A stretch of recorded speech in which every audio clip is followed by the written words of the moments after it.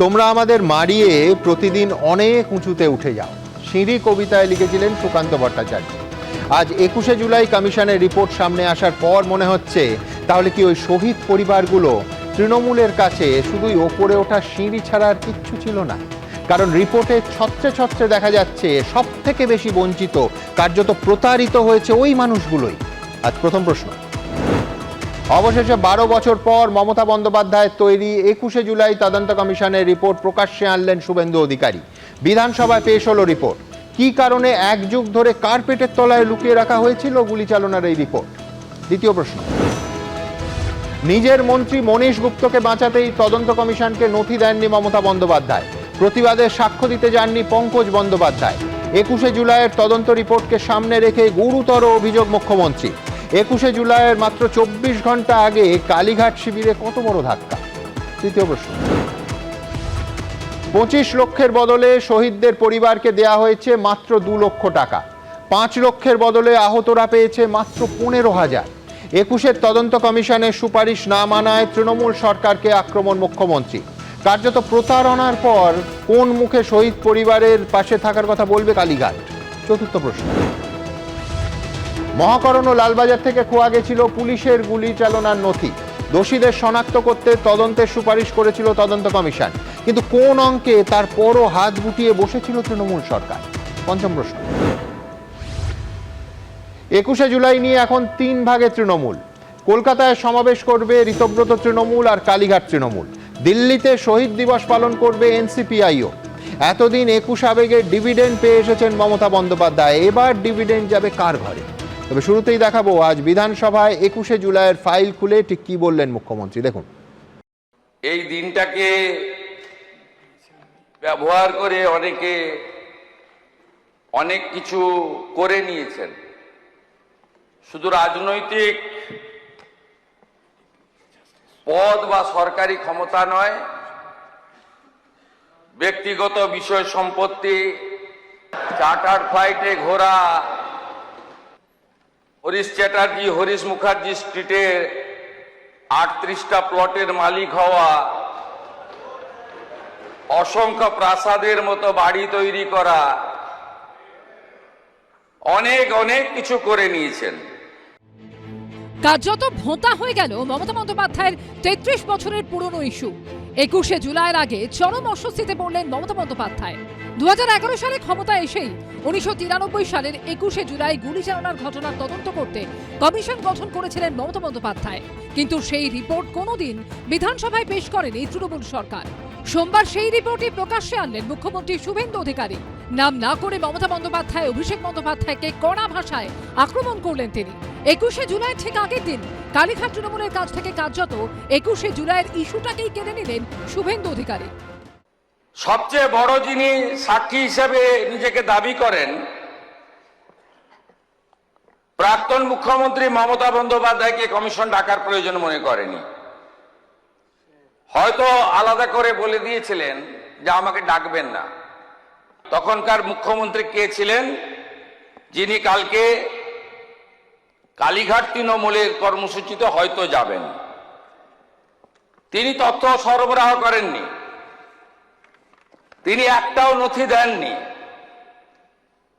কারণ ওনার পাওয়ার মিনিস্টার ফেঁসে যাওয়ার প্রভূত সম্ভাবনা ছিল। আজকের মুখ্যমন্ত্রী সেই সময় মমতা বন্দ্যোপাধ্যায়ের অন্যতম দক্ষিণ হস্ত ছিলেন। আজকের মুখ্যমন্ত্রী সেই সময় 11-র পর তিনিও সাংসদ ছিলেন, পরবর্তীকালে রাজ্যের মন্ত্রী ছিলেন, দলের অন্যতম শীর্ষ নেতা ছিলেন। তার জন্য এত কিছু উপলব্ধি করার জন্য 2026 অবধি কি অপেক্ষা করতে হলো? 1993 সালের 21শে জুলাই মহাকরণ অভিযান করেছিলেন কংগ্রেসের তৎকালীন যুবনেত্রী মমতা বন্দ্যোপাধ্যায়। সেই সময় মুখ্যমন্ত্রী ছিলেন জ্যোতি বসু। মিছিলের উপর গুলি চালিয়েছিল পুলিশ। 13 জন যুব কংগ্রেস কর্মীর মৃত্যু হয়েছিল। রাইটার্স বিল্ডিং আক্রমণের আশঙ্কা কাল্পনিক ছিল। I believe that the person solely responsible for the firing was none other than the Home Secretary Monish Gupta. But the culprit has been given a berth in the Mamata Banerjee cabinet আজকে উনি বলেছে, রিপোর্টটা বার করেছে বলে জানতে পেরেছি যে হ্যাঁ কারা জড়িত বা কারা করিয়েছে, যারা জড়িত ছিল তাদের উপযুক্ত শাস্তি হোক, ব্যাস। 2011 সালে তৃণমূল ক্ষমতায় আসার পর তদন্ত কমিশন গঠন করে মমতা বন্দ্যোপাধ্যায়ের সরকার। ওড়িশা হাইকোর্টের অবসরপ্রাপ্ত বিচারপতি সুশান্ত চট্টোপাধ্যায় নেতৃত্বাধীন কমিশন রিপোর্ট জমা দেয়, কিন্তু সেই রিপোর্ট কোনোদিন জনসমক্ষে আনেননি মমতা বন্দ্যোপাধ্যায়। আরও একটা 21শে জুলাইয়ের আগে যা প্রকাশ্যে এনে কালীঘাট তৃণমূলের অস্বস্তি কয়েক গুণ বাড়িয়ে দিলেন শুভেন্দু অধিকারী। কৃষ্ণেন্দু অধিকারী, উজ্জ্বল মুখোপাধ্যায় ও আশাবুল হোসেনের রিপোর্ট, এবিপি আনন্দ। 2011-তে ক্ষমতায় আসার পর মমতা বন্দ্যোপাধ্যায় সরকারের প্রথম সিদ্ধান্তগুলোর মধ্যে ছিল 21শে জুলাইয়ের গুলিচালনা নিয়ে তদন্ত কমিশন। অথচ অবসরপ্রাপ্ত বিচারপতি সুশান্ত চট্টোপাধ্যায়ের কমিশনের সেই রিপোর্ট প্রকাশই করেনি তৃণমূল সরকার। একদিন দুদিন নয়, এক যুগ পরে, 12 বছর পরে 21শে জুলাই নিয়ে সেই রিপোর্টকে প্রকাশ্যে আনলেন শুভেন্দু অধিকারী। কবে আনলেন? 21শে জুলাইয়ের ঠিক আগের দিন। আজ মুখ্যমন্ত্রীর বক্তব্যে একেবারে স্পষ্ট হয়ে গেল কেন নিজের তৈরি কমিশনের রিপোর্টকে নিজেই কখনো সূর্যের আলো দেখতে দেননি মমতা বন্দ্যোপাধ্যায়। শুভেন্দু অধিকারী বলছেন, প্রথমত মন্ত্রী মনীশ গুপ্ত ফেঁসে যাওয়ার ভয়তেই কমিশনকে কোনো সাক্ষ্য বা নথি দেননি মমতা বন্দ্যোপাধ্যায়। দ্বিতীয়ত, সেই মনীশ গুপ্তকেই মন্ত্রী করার প্রতিবাদে কমিশনে সাক্ষ্যই দিতে যাননি 21শে জুলাইয়ের অন্যতম মমতা সঙ্গী এবং তৃণমূল কংগ্রেসের অন্যতম প্রতিষ্ঠাতা এবং প্রাক্তন বিরোধী দলনেতা পঙ্কজ বন্দ্যোপাধ্যায়। তৃতীয়ত, কমিশনের সুপারিশ ছিল শহীদ পরিবারগুলোকে 25 লক্ষ টাকা এবং তাদের মমতা বন্দ্যোপাধ্যায়ের সরকার দিয়েছিল মাত্র 2 লক্ষ টাকা, যেটা গত 15 বছরে বিষ মদ খেয়ে কারোর মৃত্যু হলেও সেই পরিবারকে দেয়া হতো।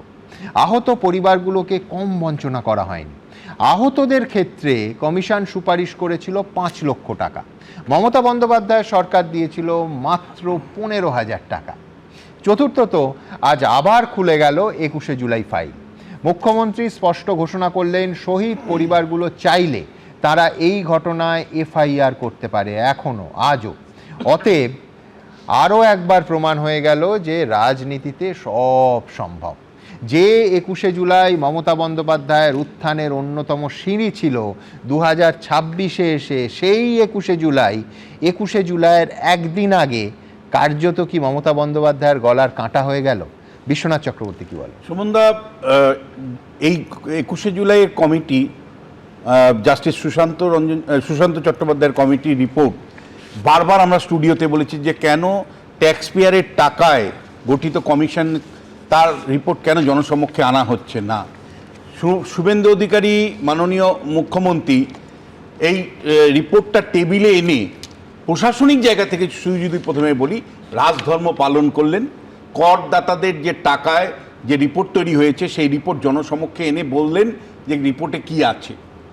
কিন্তু রাজনীতিবিদ শুভেন্দু অধিকারী কিন্তু আমার চোখে মাস্টার স্ট্রোক যদি বলি সেই শব্দটাও কম হয়, এক ঢিলে উনি 5 পাখি মারলেন। কিরকম? আমি আপনার দর্শককে পরপর 5টা পাখি কি করে মারলেন। প্রথম যেটা উনি করলেন সেটা হলো যে এই আগামীকাল 21শে জুলাইয়ের কর্মসূচি পালন করছে সব পক্ষ, তাদের সামনে রীতিমতন প্রশ্ন তিনি রাখলেন যে আদতেও তোমাদের কোনো নৈতিক অধিকার আছে? নৈতিক অধিকার কালীঘাটপন্থী হোক, ঋতব্রতপন্থী হোক বা এনসিপিআই পন্থী হোক, এদের কারো কি নৈতিক অধিকার আছে এই শহীদ পরিবারের জন্য তর্পণ করার? এই প্রথম যে একটা ঢিল। দ্বিতীয় যে ঢিলটা মারলেন, সরাসরি মমতা বন্দ্যোপাধ্যায়ের বিরুদ্ধে পরিষ্কার একদম আঙুল দিয়ে দেখালেন যে শহীদ দিবসের নাম করে মমতা বন্দ্যোপাধ্যায় তার রাজনৈতিক স্বার্থ চরিতার্থ করতেন। শহীদদের তার প্রতি তার সামান্যতম মমতা ছিল না, মমত্ব ছিল না, দায়িত্ব ছিল না। না হলে যে মমতা বন্দ্যোপাধ্যায় খেলা মেলায় লাখ লাখ কোটি কোটি টাকা ব্যয় করতেন, সেই মমতা তার দলের শহীদ, যেটার উপর ভিত্তি করে উনি নির্বাচনে জয়ী হয়েছেন, প্রতি বছর গুরুত্বপূর্ণ ইভেন্ট বলে মনে করতেন, সেই শহীদদের রিকমেন্ডেশন থাকা সত্ত্বেও মৃতদের 25 লক্ষ টাকা দেওয়ার কথা ছিল, সেটা তিনি 5 লক্ষে নামিয়ে দিয়েছিলেন। অথচ খেলা মেলায় কত টাকা বিলি করেছেন? খেলা মেলায় টাকা বিলি করেছেন, অথচ আহতদের 5 লক্ষ নয়, 2 লক্ষ। হ্যাঁ, 2 লক্ষ। আর যারা আহত 5 লক্ষের পরিবার 15,000। তাহলে জিনিসটা পরিষ্কার যে মমতা বন্দ্যোপাধ্যায় তার রাজনীতি করার জন্য এই শহীদ পরিবারগুলোকে সামনে আনতেন, তাদেরকে ব্যবহার করতেন। তৃতীয় যে বিষয়টা, সে তৃতীয় ঢিলটা তিনি কার বিরুদ্ধে ছুড়লেন? খুব পরিষ্কার করে যদি বলি যে আজকে যারা ঋতব্রত শিবিরে আছে তাদের সামনেও এই প্রশ্নটা উনি খুব বড় করে রাখলেন যে ভাই, তোমরা যারা আজকে শহীদ তর্পণে যাচ্ছ, তোমরা কেন সেদিন প্রশ্ন তোলনি? আজকের রিপোর্টটা পেশ করার পরে যে প্রশ্নগুলো তারা রাখছেন, তা একই সাথে তারা এই প্রশ্নটা মানে ইম্পর্টেন্ট প্রশ্ন যে তোমরা যারা ঋতব্রত শিবিরে আছো, তোমরা কেন এই শহীদরা যে বঞ্চিত হচ্ছে, তোমরা মানে রিকমেন্ডেশন অনুসারে টাকা পাচ্ছ না বা তাদেরকে উপযুক্ত মর্যাদা দেওয়া হচ্ছে না, আজকে তোমরা বলছো, সেদিন তোমরা কেন বলনি? ফলে তোমাদেরও কতটুকু নৈতিক এখতিয়ার আছে এই মানে শহীদ দিবস পালন করার প্রশ্নে। নেক্সট 4 নম্বর যে ঢিলটা উনি ছুড়লেন যে এতদিন পর্যন্ত এই ইভেন্টটা মানে অর্থাৎ যারা শহীদ পরিবারের লোকজন ছিল তারা মমতা বন্দ্যোপাধ্যায়ের শিবিরে ছিল। শুভেন্দু অধিকারী যেই মুহূর্তে আজকে বিধানসভায় দাঁড়িয়ে বললেন যে যার শহীদ পরিবার যারা মনে করেন যে ন্যায় বিচার জন্য আপনাদের রাস্তা খোলা আছে, আর আপনারা যদি কম্পেনসেশনের পয়েন্টে অর্থাৎ ক্ষতিপূরণের প্রশ্নে অথবা এফআইআর নতুন করে চালু করতে অর্থাৎ ন্যায় বিচারের প্রশ্নে আপনারা যদি এগিয়ে আসেন, আমার সরকার আপনাদের পাশে আছে, এই বক্তব্য রেখে কার্যত শহীদ পরিবারগুলোকে তার নিজের বুকের কাছে নিয়ে আসলেন, টেনে আনলেন। এবং সব শেষে আমি যেটা মনে করি যে এই মুহূর্তে মানে তৃণমূল শিবির কার্যত বিভক্ত, কার্যত প্রতিদ্বন্দ্বিতায় নেমেছে কে আসল তৃণমূল। সেই রকম অবস্থাতে এই রিপোর্ট প্লেস করে তিনি তৃণমূলের বিভিন্ন শিবিরকে খান খান করে দিলেন। এবং সবচেয়ে চড়া হাসি যদি এই মুহূর্তে কারো আমার মুখে দেখতে পাই, সেটা শুভেন্দু অধিকারীর মুখেই দেখতে পাবো। কারণ বিরোধী যদি বিভাজিত থাকে, শাসক যে স্বস্তিতে থাকে, এটা বলাই বাহুল্য। একদম ঠিক। এইখান থেকে বিশ্বনাথ চক্রবর্তী বলছেন, এক ঢিলে 1 নয় 2 নয় 5 পাখি মারলেন শুভেন্দু অধিকারী। কিন্তু যাদের জীবন নিয়ে, যাদের পরিবারের ভবিষ্যৎ, তাদের স্বপ্ন নিয়ে কার্যত ছটখার হয়ে গেছিল সেই 1993 সালের 21শে জুলাই, তারা আজকের এই খবর সামনে আসার পর ঠিক কিভাবে দেখছেন আমি পরপর কথা বলবো। প্রথমে রাজীব রায়, বিশ্বনাথ রায় মারা গেছিলেন, তার পুত্র সরাসরি এই অনুষ্ঠানে রাজীববাবু যোগ দিয়েছেন। রাজীববাবু, প্রথম প্রশ্ন থাকবে, এ কথা তো কেউ জানতো না, আপনারা তো নিঃসন্দেহে জানতেন না এবং পাবলিক একেবারে জানতো না।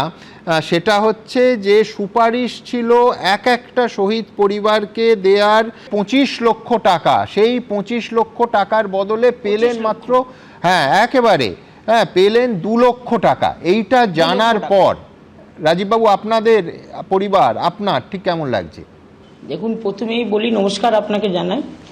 তো 25 লক্ষটা 23 লক্ষ কম দেওয়াটা বড় কথা না, বড় ব্যাপার হচ্ছে যে মমতা ব্যানার্জি আর একটা স্ক্যাম করল। 2026 সালে 20 জুলাই মমতা ব্যানার্জির আর একটা নতুন স্ক্যাম, শহীদ পরিবারের টাকা চুরি। এই স্ক্যামটাও শুনতে হলো, মানে উনি যাবার পর আর একটা স্ক্যাম ওনার সামনে এলো। তো ওনার কাছে এটাই বাঞ্ছনীয়, কারণ উনি সব কিছুই চুরি করেছে। শহীদের রক্ত নিয়ে খেলেছে, যেমন খেলার পর চুরিটাও করেছে। ওনারা বলতো না খেলা হবে, হ্যাঁ খেলাটা হয়েছে, ওই চুরির খেলা হয়েছে, চুরির খেলায় মেতে উঠেছিল। এটা নতুন কোনো ব্যাপার না। এটা শুনে দুঃখ তো আমরা অনেক দিন আগেই পেয়েছিলাম, কারণ 15 বছর রাজত্বে যেটা উনি করতে পারেননি, সেটা আমাদের মাননীয় মুখ্যমন্ত্রী শুভেন্দু অধিকারী 2 মাসে করে দেখিয়ে দিয়েছে। এটা আরও আগে আশা করেছিলাম 2014 সালেই যদি হতো। আরে আমাদের টাকার দরকার ছিল না, অন্তত দোষীরা শাস্তি পাক। হ্যাঁ ঠিক, এই লক্ষ্যেই রাজীববাবু এখন যেটা হলো সেটা হচ্ছে এই ঘটনায় আপনারা এই শহীদদের পরিবাররা মনে করলে এফআইআর করতে পারবেন। আপনি কি আপনার এই পরিবারের তরফ থেকে, আপনার প্রয়াত পিতা বিশ্বনাথ রায়ের তরফ থেকে সেই ঘটনা নিয়ে তদন্ত চেয়ে নতুন করে এফআইআর করবেন? কারণ দোষীদের তো শাস্তি হয়। আমি এফআইআর করব, আমি শুধু না, আমার মা এখনো জীবিত।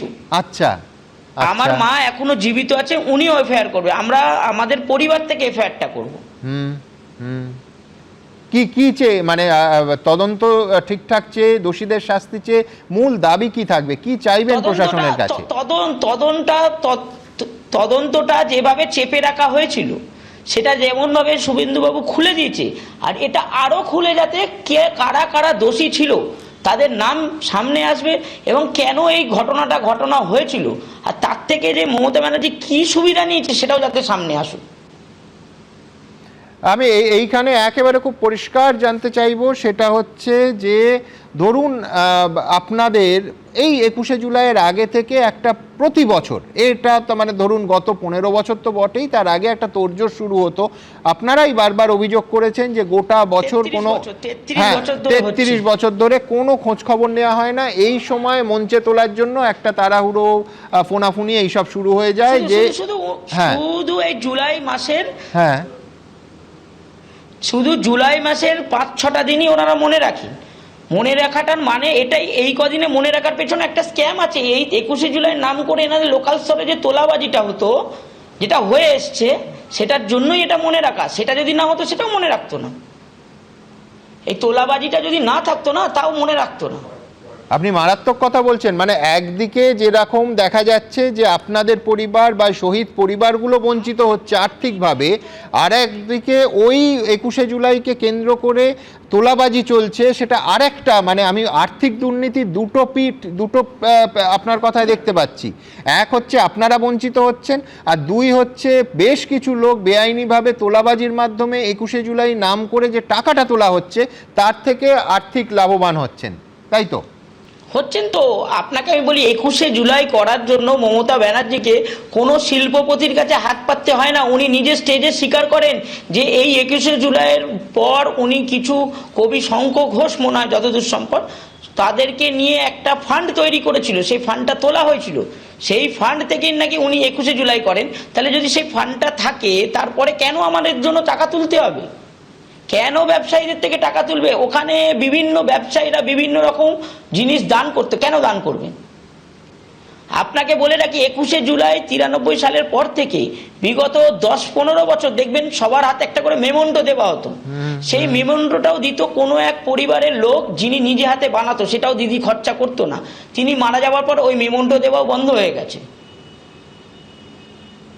মারাত্মক কথা বলছেন। বুঝতে পারছেন ওদের তোলাবাজির রীতিটা কোথায় ছিল?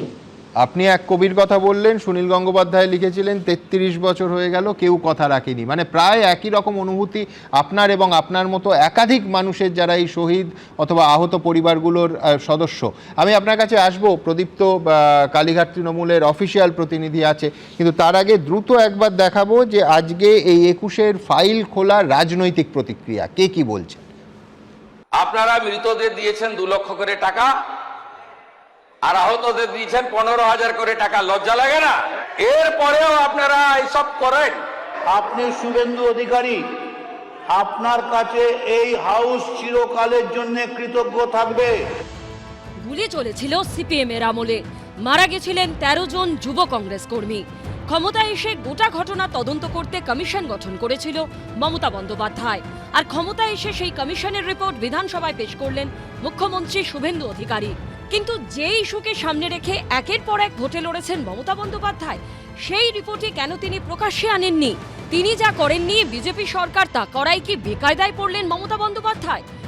যারা আপনাদেরকে ব্যবহার করে এমপি হলো, এমএলএ হলো, মন্ত্রী হলো, মুখ্যমন্ত্রী হলো, চার্টার ফ্লাইটে চললো, হেলিকপ্টারে আকাশে থাকলো, বাড়ি গাড়ি সম্পত্তি করলো, দুবাই গেল, সিঙ্গাপুর গেল, আমেরিকার হপকনসে চিকিৎসা করালো, তাদের থেকে আপনারা দূরে থাকবেন। মমতা বন্দ্যোপাধ্যায়ের উপর আক্রমণ, শহীদদের প্রাণহানি, এত মানুষ আহত, ফলে এখানে জ্যোতি বসুর সরকার ছিলেন তখন। এখন যারা সরকারে এসছেন তারা তাদের অবজারভেশনের কথা তারা বলতে পারেন, সেটাও একজন অবসরপ্রাপ্ত বিচারপতিকে দিয়েই হয়েছে। 21শে জুলাইয়ের আগে কমিশনের রিপোর্ট নিয়ে এখন তপ্ত রাজনীতি। মমতা বন্দ্যোপাধ্যায় তো মুখ্যমন্ত্রী যখন ছিলেন করেননি প্রকাশ। এটা অন্যায় করেছেন, করেননি। তার কারণ তার নেতৃত্বে আন্দোলন হলো বলছেন তিনি, অথচ তিনি ক্ষমতায় এসে এই কমিশন গঠন করার পর কমিশনের রিপোর্ট তিনি পাবলিশ করলেন না। এটা জনমানসে তো বিরূপ প্রতিক্রিয়া তৈরি হয়েছিল। তো সাধারণভাবে শহীদদের আত্মা তাতে কি শান্তি লাভ করে? তাই শান্তি লাভ করেনি। কমিশন তৈরি করার পরেও তার রিপোর্টটা প্রকাশ না করার মধ্য দিয়ে মমতা ব্যানার্জির অসততা ধরা পড়ে গেছে, এবং 21শে জুলাই পালন করার মতন কোনো অধিকার যে ওনার নেই এটা স্পষ্ট হয়ে গেছে। ফের একবার রাজ্য রাজনীতিতে ঝড় তুলল 21শে জুলাই। আশাবুল হোসেন, সুদীপ্ত আচার্য ও রঞ্জিত সাউবের রিপোর্ট, এবিপি আনন্দ। দেখুন, যে স্বরাষ্ট্র সচিব মনীশ গুপ্তর আমলে 13 জন যুব কংগ্রেস কর্মী পুলিশের গুলিতে নিহত হলেন, সেই মনীশ গুপ্তকেই মমতা বন্দ্যোপাধ্যায় ক্ষমতায় এসেই বিদ্যুৎ মন্ত্রী করলেন, পরে রাজ্যসভাতেও পাঠালেন। কোন মনীশ গুপ্ত? সেই মনীশ গুপ্ত যিনি সেদিনের ঘটনা নিয়ে হাইকোর্টে একটা মারাত্মক রিপোর্ট জমা দিয়েছিলেন। সেই রিপোর্টে বলা হয়েছিল সেদিন জমায়েত ছিল মেয়র রোড, স্ট্যান্ড রোড, বিবি গাঙ্গুলি স্ট্রিট, ধর্মতলা, ব্রেবন রোড, এইসব জায়গায় সশস্ত্র দুষ্কৃতীরা, আই রিপিট, সশস্ত্র দুষ্কৃতীরা নেশা করে ভিড়ে মিশেছিল। দুষ্কৃতীদের ছোড়া বোমা, গুলি এবং ইঁটে জখম হয়েছিলেন 215 জন পুলিশ কর্মী। 3টে বাসে আগুন ধরিয়ে দেওয়া হয়েছিল, 35টা গাড়ি এবং একাধিক দোকানে ভাঙচুর করা হয়েছিল। উদ্ধার করা হয়েছিল 17টা বোমা, 2টো করে তরোয়াল ও ভোঁজালি, 1টি পাইপ গান, চপার, ড্যাগার। ভাবুন, এহেন মনীশ গুপ্তকে মমতা বন্দ্যোপাধ্যায় টিকিট দিলেন, মন্ত্রী করলেন, রাজ্যসভায় পাঠালেন। 21শে জুলাইয়ের কথা হলেই যে প্রশ্ন তৃণমূলকে চিরকাল তাড়া করে বেড়ায়, এই অনুষ্ঠানে যতবার আমরা করেছি গত 21 বছরে ততবার এই বিষয়ে এই প্রশ্ন আমরা তুলেছি, তার কারণে সঙ্গত জবাব এখনো আমরা পাইনি। দেখাবো। মমতা বন্দ্যোপাধ্যায় এই ঘটনার পেছনে জ্যোতি বসু, বামফ্রন্ট সরকার ছাড়া যাদের দায়ী করতেন একেবারে প্রেস কনফারেন্সে বসে, তাদের মধ্যে অন্যতম ছিলেন তৎকালীন স্বরাষ্ট্র সচিব মনীশ গুপ্ত। অথচ মমতা বন্দ্যোপাধ্যায় 2011 সালে সেই মনীশ গুপ্তকেই টিকিট দিলেন যাদবপুরে এবং তাকে বিদ্যুৎ মন্ত্রী করেছিলেন, পরে রাজ্যসভায়ও পাঠিয়েছিলেন। মনীশ গুপ্তকে বারবার পুরস্কার দেওয়ার পেছনে মমতা বন্দ্যোপাধ্যায়ের এই স্ট্র্যাটেজিটার কি কোনো ব্যাখ্যা আছে তার কাছে? একদিকে আমি শহীদ দিবসের শ্রদ্ধার্ঘ অর্পণ করব, আরেকদিকে যে স্বরাষ্ট্র সচিব এই গুলি চালনার ঘটনাকে সম্পূর্ণ সমর্থন করে এবং আন্দোলনকারীদের মদ্যপ বলে সরকারকে রিপোর্ট দিয়েছিলেন, বারবার তার সাক্ষ্যে সেটাই আসতো, তাকে পুরস্কৃত করে নিজের মন্ত্রিসভায় নেব, এই দুটো তো মানে শহীদ তর্পণ আর পুরস্কার দুটো তো একসঙ্গে চলতে পারে না। মন্ত্রী হওয়ার পর মনীশ গুপ্ত স্বয়ং এ নিয়ে স্টুডিওতে কি বলেছিলেন একবার দেখে নেব। 93 সাল 21শে জুলাই মহাকরণ অভিযান, 13 জন যুব কংগ্রেস কর্মী পুলিশের গুলিতে নিহত হলো। সেদিনও গুলি চালনার নির্দেশ নাকি স্বরাষ্ট্র সচিব হিসেবে আপনি দিয়েছিলেন। এই তো, এগুলো হচ্ছে অপপ্রচার। স্বরাষ্ট্র সচিব একটা ঘরে বসে আছে মহাকরণে। স্বরাষ্ট্র সচিব কি কোনো সচিব? তাদের কোনো অধিকারী নিয়ে আইনে পুলিশকে কোনো নির্দেশ দেওয়া। পুলিশকে নির্দেশ দেবে তাদের আধিকারী যারা, কমিশনার পুলিশ হোক, ডিজি হোক, এসপি হোক, তারা। তখন যাদবপুরের প্রার্থী হিসেবে মনীশ গুপ্তর নাম ঘোষণা করা হয়ে গেছে। একদিকে মনীশ গুপ্তকে পুরস্কার নিয়ে প্রশ্ন উঠে গেল, আবার আজ প্রয়াত পঙ্কজ বন্দ্যোপাধ্যায়ের অবস্থান জানার পর কমিশনকে দেয়া পঙ্কজদার বক্তব্য আমাদের সবার সামনে এলো। কিন্তু তার থেকেও বড় প্রশ্ন তো প্রতারণা নিয়ে। যে 21শে জুলাই মমতা বন্দ্যোপাধ্যায়কে মমতা বন্দ্যোপাধ্যায় করেছে, সেই ঘটনার শহীদদের জন্য কমিশনের সুপারিশ না মেনে 25 লক্ষের বদলে মাত্র 2 লক্ষ টাকা দেয়া। আবার বলছি, এ রাজ্যে তৃণমূল জামানায় 20 মদ খেয়ে মরলেও 2 লক্ষ টাকা দিত তৃণমূল সরকার। আমার পরের বক্তা অবশ্যই প্রদীপ্ত, তার কাছে এই প্রশ্ন থাকবে যে শহীদের মর্যাদা 20 মদে মৃত্যুর সমান? শুধু বছর বছর মঞ্চে তুলে শহীদ বেদিতে মালা দেওয়ার রাজনীতি? রাজীব বাবুরাও আজকাল তাই বলছেন। রাজীব বাবু নিশ্চয়ই তার বক্তব্য দিতে পারেন, গণতান্ত্রিক রাষ্ট্র, তার উপরে 25 লক্ষ টাকার কথা, এবং বিধানসভায় দাঁড়িয়ে মুখ্যমন্ত্রীর বক্তব্য সোজা সাপটা যে ওদের পাশে থাকবেন না। এখন কার বুকে কত পাটা আছে আমি জানি না। 25 বছর হলো যখন 2018 সাল, 2018 সালে এটা ভয় আমি বলে দিই, 2018 সালে যখন এই শহীদ দিবসের 25 বছর হলো, তখন মিনতি দেবী, রাজীব বাবুর মা অর্থাৎ বিশ্বনাথ বাবুর ওয়াইফ, তিনি বলছেন তার বিভিন্ন শারীরিক অসুস্থতা, তার মধ্যে তিনি বলছেন যদি মমতা দিদি আমার পাশে না থাকতেন এবং অর্থনৈতিক সহায়তা না দিতেন, তাহলে আমি আমার মেয়ের বিয়ে দিতে পারতাম না। প্রদীপ্ত, তোমার ফর্মুলা অনুযায়ী সেটাও ভয় হতে পারে। আজকে যদি শুভেন্দু অধিকারীর ভয়ে উনি শহীদ দিবসে যাচ্ছেন না, তাহলে সেদিন মমতা বন্দ্যোপাধ্যায় দোর্দণ্ড প্রতাপ শাসক কে ভেবেছিল যে 26-এ চলে যাবেন? সেদিনও ভয় ছিল, একই ফর্মুলা মেনে নিলাম, তোমার কথা ভয় মেনে নিলাম, কিন্তু কমিশনের রিপোর্ট তোমার হাতে এসেছে কিনা আমি জানি না, আমার কাছে নেই এখন। আমি তোমায় দিয়ে দেবো, আমার কাছে নেই এখনো। কিন্তু আমি এখানে জিজ্ঞেস করছি তোমাকে, কমিশনের রিপোর্টে কি বলা ছিল কাউকে সিএমসি ড্রেনেজ বিভাগে চাকরি দিতে হবে? কাউকে পরিবারের কাউকে মেট্রো রেলে চাকরি দিতে হবে? না, আমি বলা করেছি, ছিল? কোথাও বলা ছিল কোথায় ছিল না তো? না। তাহলে মমতা বন্দ্যোপাধ্যায় সেই চাকরিগুলো করে দিয়েছেন, যার জন্য এই পরিবারগুলোর অনেকে, পরিবারের প্রত্যেকে এখানে না, সুবিধা কিন্তু নিচ্ছেন। আমার এক সেকেন্ড, চাকরি দিলে ক্ষতিপূরণের পরিমাণ কমিয়ে দেওয়া যায়? কখনো নয়। আমি চাই ক্ষতিপূরণ, মানে এখন তো 25 লক্ষ টাকা তখন বলা হয়েছিল 2015 সালে। ভাবতে পারছো, আমি বলছি 2015 সালে হ্যাঁ, এটা 26। তখন কি বলছে 2015 সালে ভারতের ডলারের দাম বোধহয় ছিল হচ্ছে 70, 60, 67 এরকম।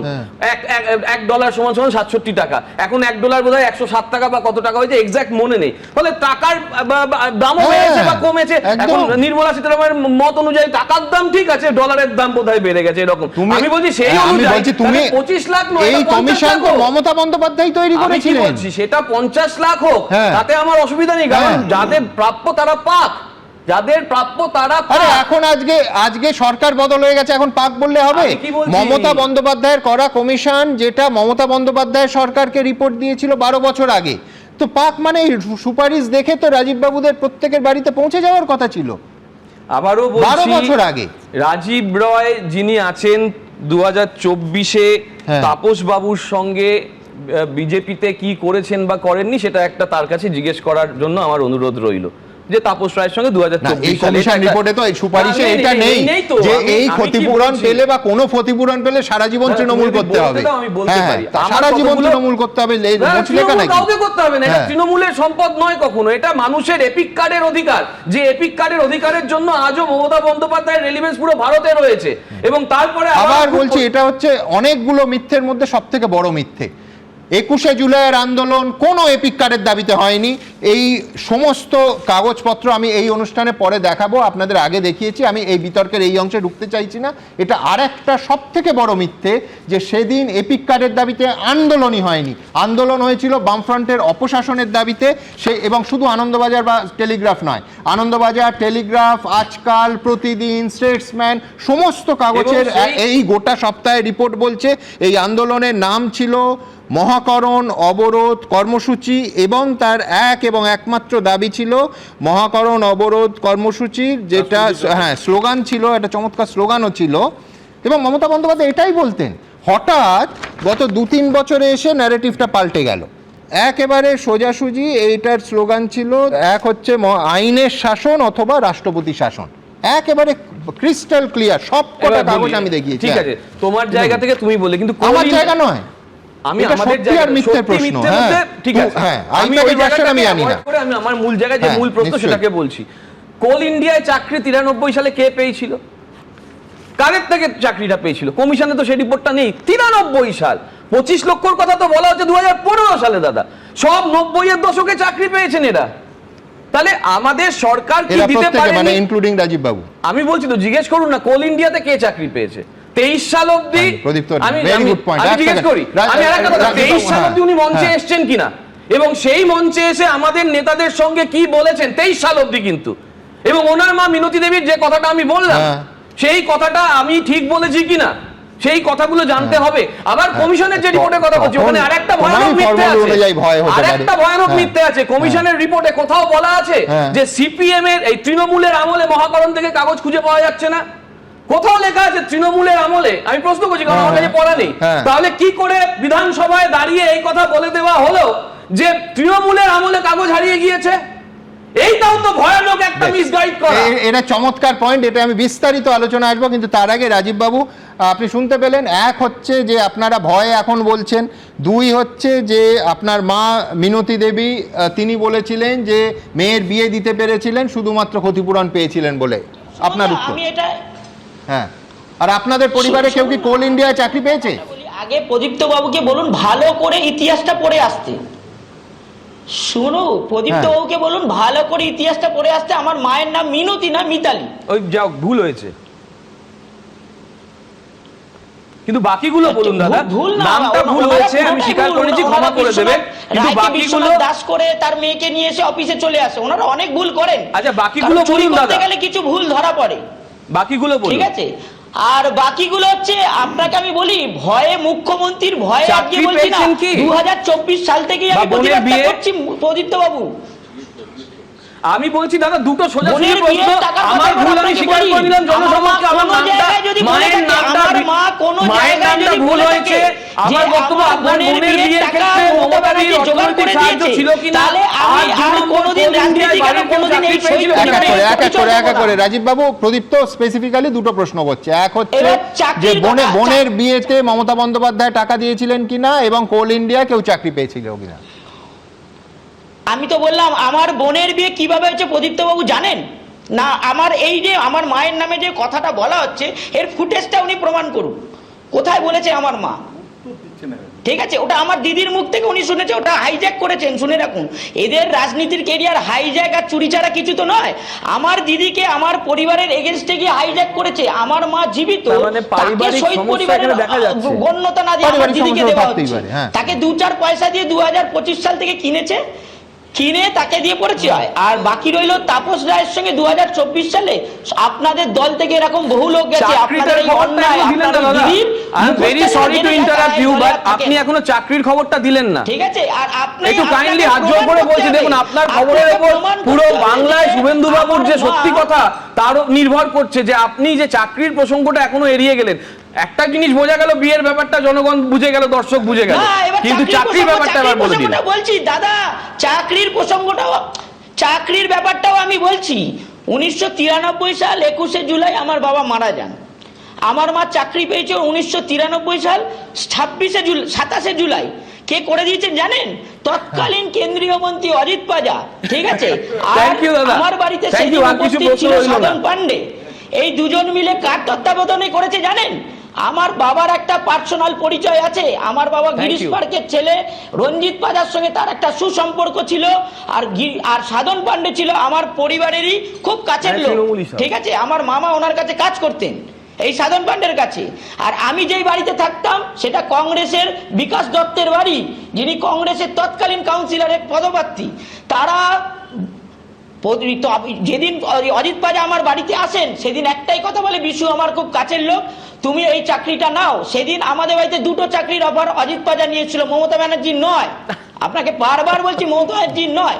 মমতা ব্যানার্জি ক্ষমতায় আসার পর সবাইকে মেট্রো, রেল এসব করেছেন। তার আগে কিন্তু মিতালি রায় চাকরি পেয়েছে অনলি ওয়ান অজিত পাজা আর সাধন পান্ডের জন্য। আর এবং আমার বাড়িটা যেহেতু কংগ্রেসি ফ্যামিলি, বিকাশ দত্ত কংগ্রেসের তৎকালীন কাউন্সিলর প্রার্থী। আপনি যে সময় জানেনই না রাজনীতিরা কি জিনিস, সেই সময়কার কংগ্রেসের বড়নগরের কাউন্সিলর পদপ্রার্থী ছিলেন বিকাশ দত্ত। ওনাদের জন্যই এই চাকরিটা ইনস্ট্যান্ট হয়। শুনে রাখুন, আমরা চাকরি পাওয়ার জন্য মমতা ব্যানার্জিকে বলতে হয়নি, কারণ মমতা ব্যানার্জির আশায় বসে থাকলে আমার মা আরো 10 বছর পর চাকরি পেত।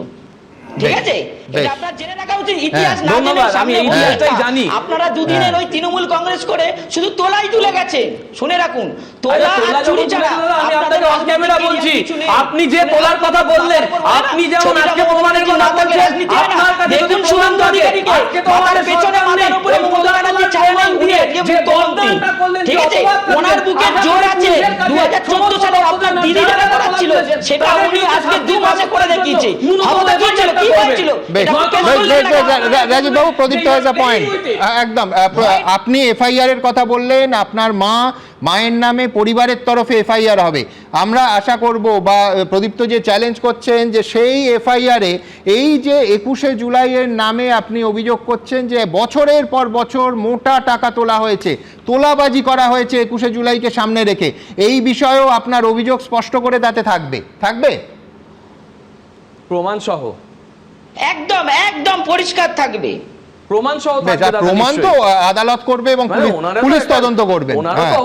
নিশ্চয়ই অভিযোগ করলে তো তার প্রমাণ ওরা দেবে। আমি দ্রুত একেবারে পরিষ্কার, হ্যাঁ, তৃণমূল আবার তোলা হতো না বললে সেটা ঘোড়ায় আসবে, সে কথা থাক। কিন্তু এইখান থেকে একেবারে খুব স্পষ্ট করে আসবো যে মমতা বন্দ্যোপাধ্যায়ের বিড়ম্বনা শুধু রাজীববাবু নয়, এই শহীদ পরিবারগুলো। এবং ওই যে বিশ্বনাথ চক্রবর্তী বলছিলেন যে 1 ঢিলে 5 পাখি, নিঃসন্দেহে রাজনীতির দিক থেকে যদি দেখি মাস্টার স্ট্রোক। কেন? পরের প্রতিবেদন। কমিশন গঠন করেছিলেন মমতা বন্দ্যোপাধ্যায়, রিপোর্ট জনসমক্ষে আনলেন শুভেন্দু অধিকারী। 21শে জুলাইয়ের ঠিক আগে ব্যাপক অস্বস্তিতে পড়লেন মমতা বন্দ্যোপাধ্যায়। যে 21শে জুলাই পুলিশের গুলিতে যুব কংগ্রেস কর্মীদের মৃত্যু নিয়ে প্রায় 3 দশক ধরে সিপিএম সরকারকে দোষেছেন মমতা বন্দ্যোপাধ্যায়, সেই তিনিই কেন তার তৈরি কমিশনের রিপোর্টে বিধানসভায় পেশ করেননি, সেই প্রশ্নই আরও জোরালো হলো। কমিশনের সুপারিশ রাইটার্স বিল্ডিং এ কিভাবে প্রয়োজনীয় গুরুত্বপূর্ণ নথিপত্র সংরক্ষণ করতে পারছে না সে বিষয়ে কার্যকর ব্যবস্থা গ্রহণ করা রাজ্য সরকারের দায়িত্ব। রাজ্য সরকার সে দায়িত্ব পালন করেনি, তখন সিপিএম ছিল না, তখন তৃণমূল কংগ্রেসেরই সরকার ছিল। 2026 সালের নির্বাচনের আগে পর্যন্ত এ বিষয়ে কালকে যারা ভাষণ দেবেন তাদের ভূমিকা নেতিবাচক ছিল, উদাসীন ছিল। 21শে জুলাই 1993 সেই দিন মমতা বন্দ্যোপাধ্যায় তখন যুব কংগ্রেসের সভানেত্রী। সেই জমায়েতের ধুন্ধুমার পরিস্থিতি তৈরি হয়, পুলিশের গুলিতে মৃত্যু হয় 13 জন যুব কংগ্রেস কর্মীর। 2011 সালে তৃণমূল রাজ্যে ক্ষমতায় আসার পর 1993 সালের ঘটনা তদন্তের জন্য নতুন করে তদন্ত কমিশন গঠন করে তৎকালীন মমতা সরকার। উড়িষ্যা হাইকোর্টের অবসরপ্রাপ্ত বিচারপতি সুশান্ত চট্টোপাধ্যায়ের নেতৃত্বাধীন কমিশন সাক্ষীদের সঙ্গে কথা বলে একটি রিপোর্ট তৈরি করে, মমতা বন্দ্যোপাধ্যায় সরকারের কাছে জমাও দেন। কিন্তু তৃণমূল সরকারের আমলে তা কোনোদিন সর্বসমক্ষে আসেনি। সোমবার সেই রিপোর্টই বিধানসভায় পেশ করলেন মুখ্যমন্ত্রী শুভেন্দু অধিকারী। সত্য অমর, সত্যের কোনো ক্ষয় নাই, সত্য চিরন্তন, সেই সত্যকে চাপাও দেওয়া যায় না। লুকিয়ে রাখার কারণটা কাল ভিক্টোরিয়ার সামনে যিনি আসবেন তাকে জিজ্ঞেস করলেই বলতে পারবেন। শুভেন্দু অধিকারী 21শে জুলাইয়ের কমিশনের রিপোর্ট প্রকাশ করা মাত্রই যারা 15 বছর ধরে মমতা বন্দ্যোপাধ্যায়ের মন্ত্রিসভায় নানা গুরুত্বপূর্ণ মন্ত্রীর দায়িত্ব পালন করেছেন তাদের গলাতেও এখন উল্টো সুর। 21শে জুলাইয়ের কমিশন, সেই কমিশন নিশ্চিতভাবে আমিও সেই কমিশনের সাক্ষী দিয়েছি, কিন্তু আউটকামটা আমরা কোনোদিন দেখতে পাইনি। আমি স্বাগত জানাই। 21শে জুলাই যে কমিশনটা করেছিলেন সেই কমিশনে আমিও সাক্ষী দিয়ে এসেছি, আমি সাক্ষী দিয়েছি, আমার মাও সাক্ষী দিয়েছে। আমরা তখন সাক্ষীর সময় ভেবেছিলাম হয়তো কিছু ভালো রায়টা পাবো। ওনার 2 মাসও হয়নি উনি খুলতে পারলো, ইনি 15 বছরে কিছু করতে পারেনি। ইনি 15 বছরে ওই কমিশনটাকে কীভাবে দাবানো যায় সেই চেষ্টাই করেছে। আহত নিহতদের ক্ষতিপূরণ দেওয়া নিয়েও প্রাক্তন তৃণমূল সরকারকে একহাত নিয়েছেন বর্তমান মুখ্যমন্ত্রী। 25 লক্ষ টাকা কমিশন দেওয়ার পরে তাদেরকে 2 লক্ষ টাকা দিয়েছে, 5 লক্ষ টাকা আহতদের দেওয়ার কথা বলেছে, 15,000 টাকা দিয়েছে। আপনি ভাবতে পারেন যার উপরে দাঁড়িয়ে বাৎসরিক ডিম্বাদ উৎসবে পরিণত করেছে, সেই যারা আত্মবলিদান দিলেন তাদের প্রতি এই অবিচার। শহীদ পরিবারগুলিকে আর্থিক সাহায্য দেওয়া হলো, পরবর্তীকালে তাদের পরিবার যাতে চাকরি পায় সমস্ত দায়িত্ব মমতা বন্দ্যোপাধ্যায় নিয়ে যে একটা গণ আন্দোলনে শহীদ হয়েছে তাদের পারিবারিক সমস্ত চিন্তা ভাবনা অভিভাবকের মতো মমতা বন্দ্যোপাধ্যায় নিজের কাঁধে নিয়েছেন, সাহায্য করেছেন, কর্তব্য পালন করেছেন। মঙ্গলে আরও এক 21শে জুলাই, তার আগে কমিশনের রিপোর্ট জনসমক্ষে এনে কালীঘাট তৃণমূলকে বড় ধাক্কা দিলেন শুভেন্দু অধিকারী। উজ্জ্বল মুখোপাধ্যায়, অর্ণব মুখোপাধ্যায় ও সন্দীপ সরকারের রিপোর্ট, এবিপি আনন্দ।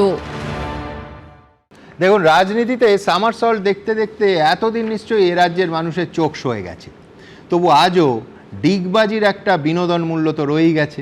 যেমন মদন মিত্র আজ বিধানসভায় শুভেন্দু অধিকারীর বক্তব্যের ঠিক পরেই যা বললেন 21শে জুলাই নিয়ে, সেটা বেশ চিত্তাকর্ষক। কেন বলছি দেখুন।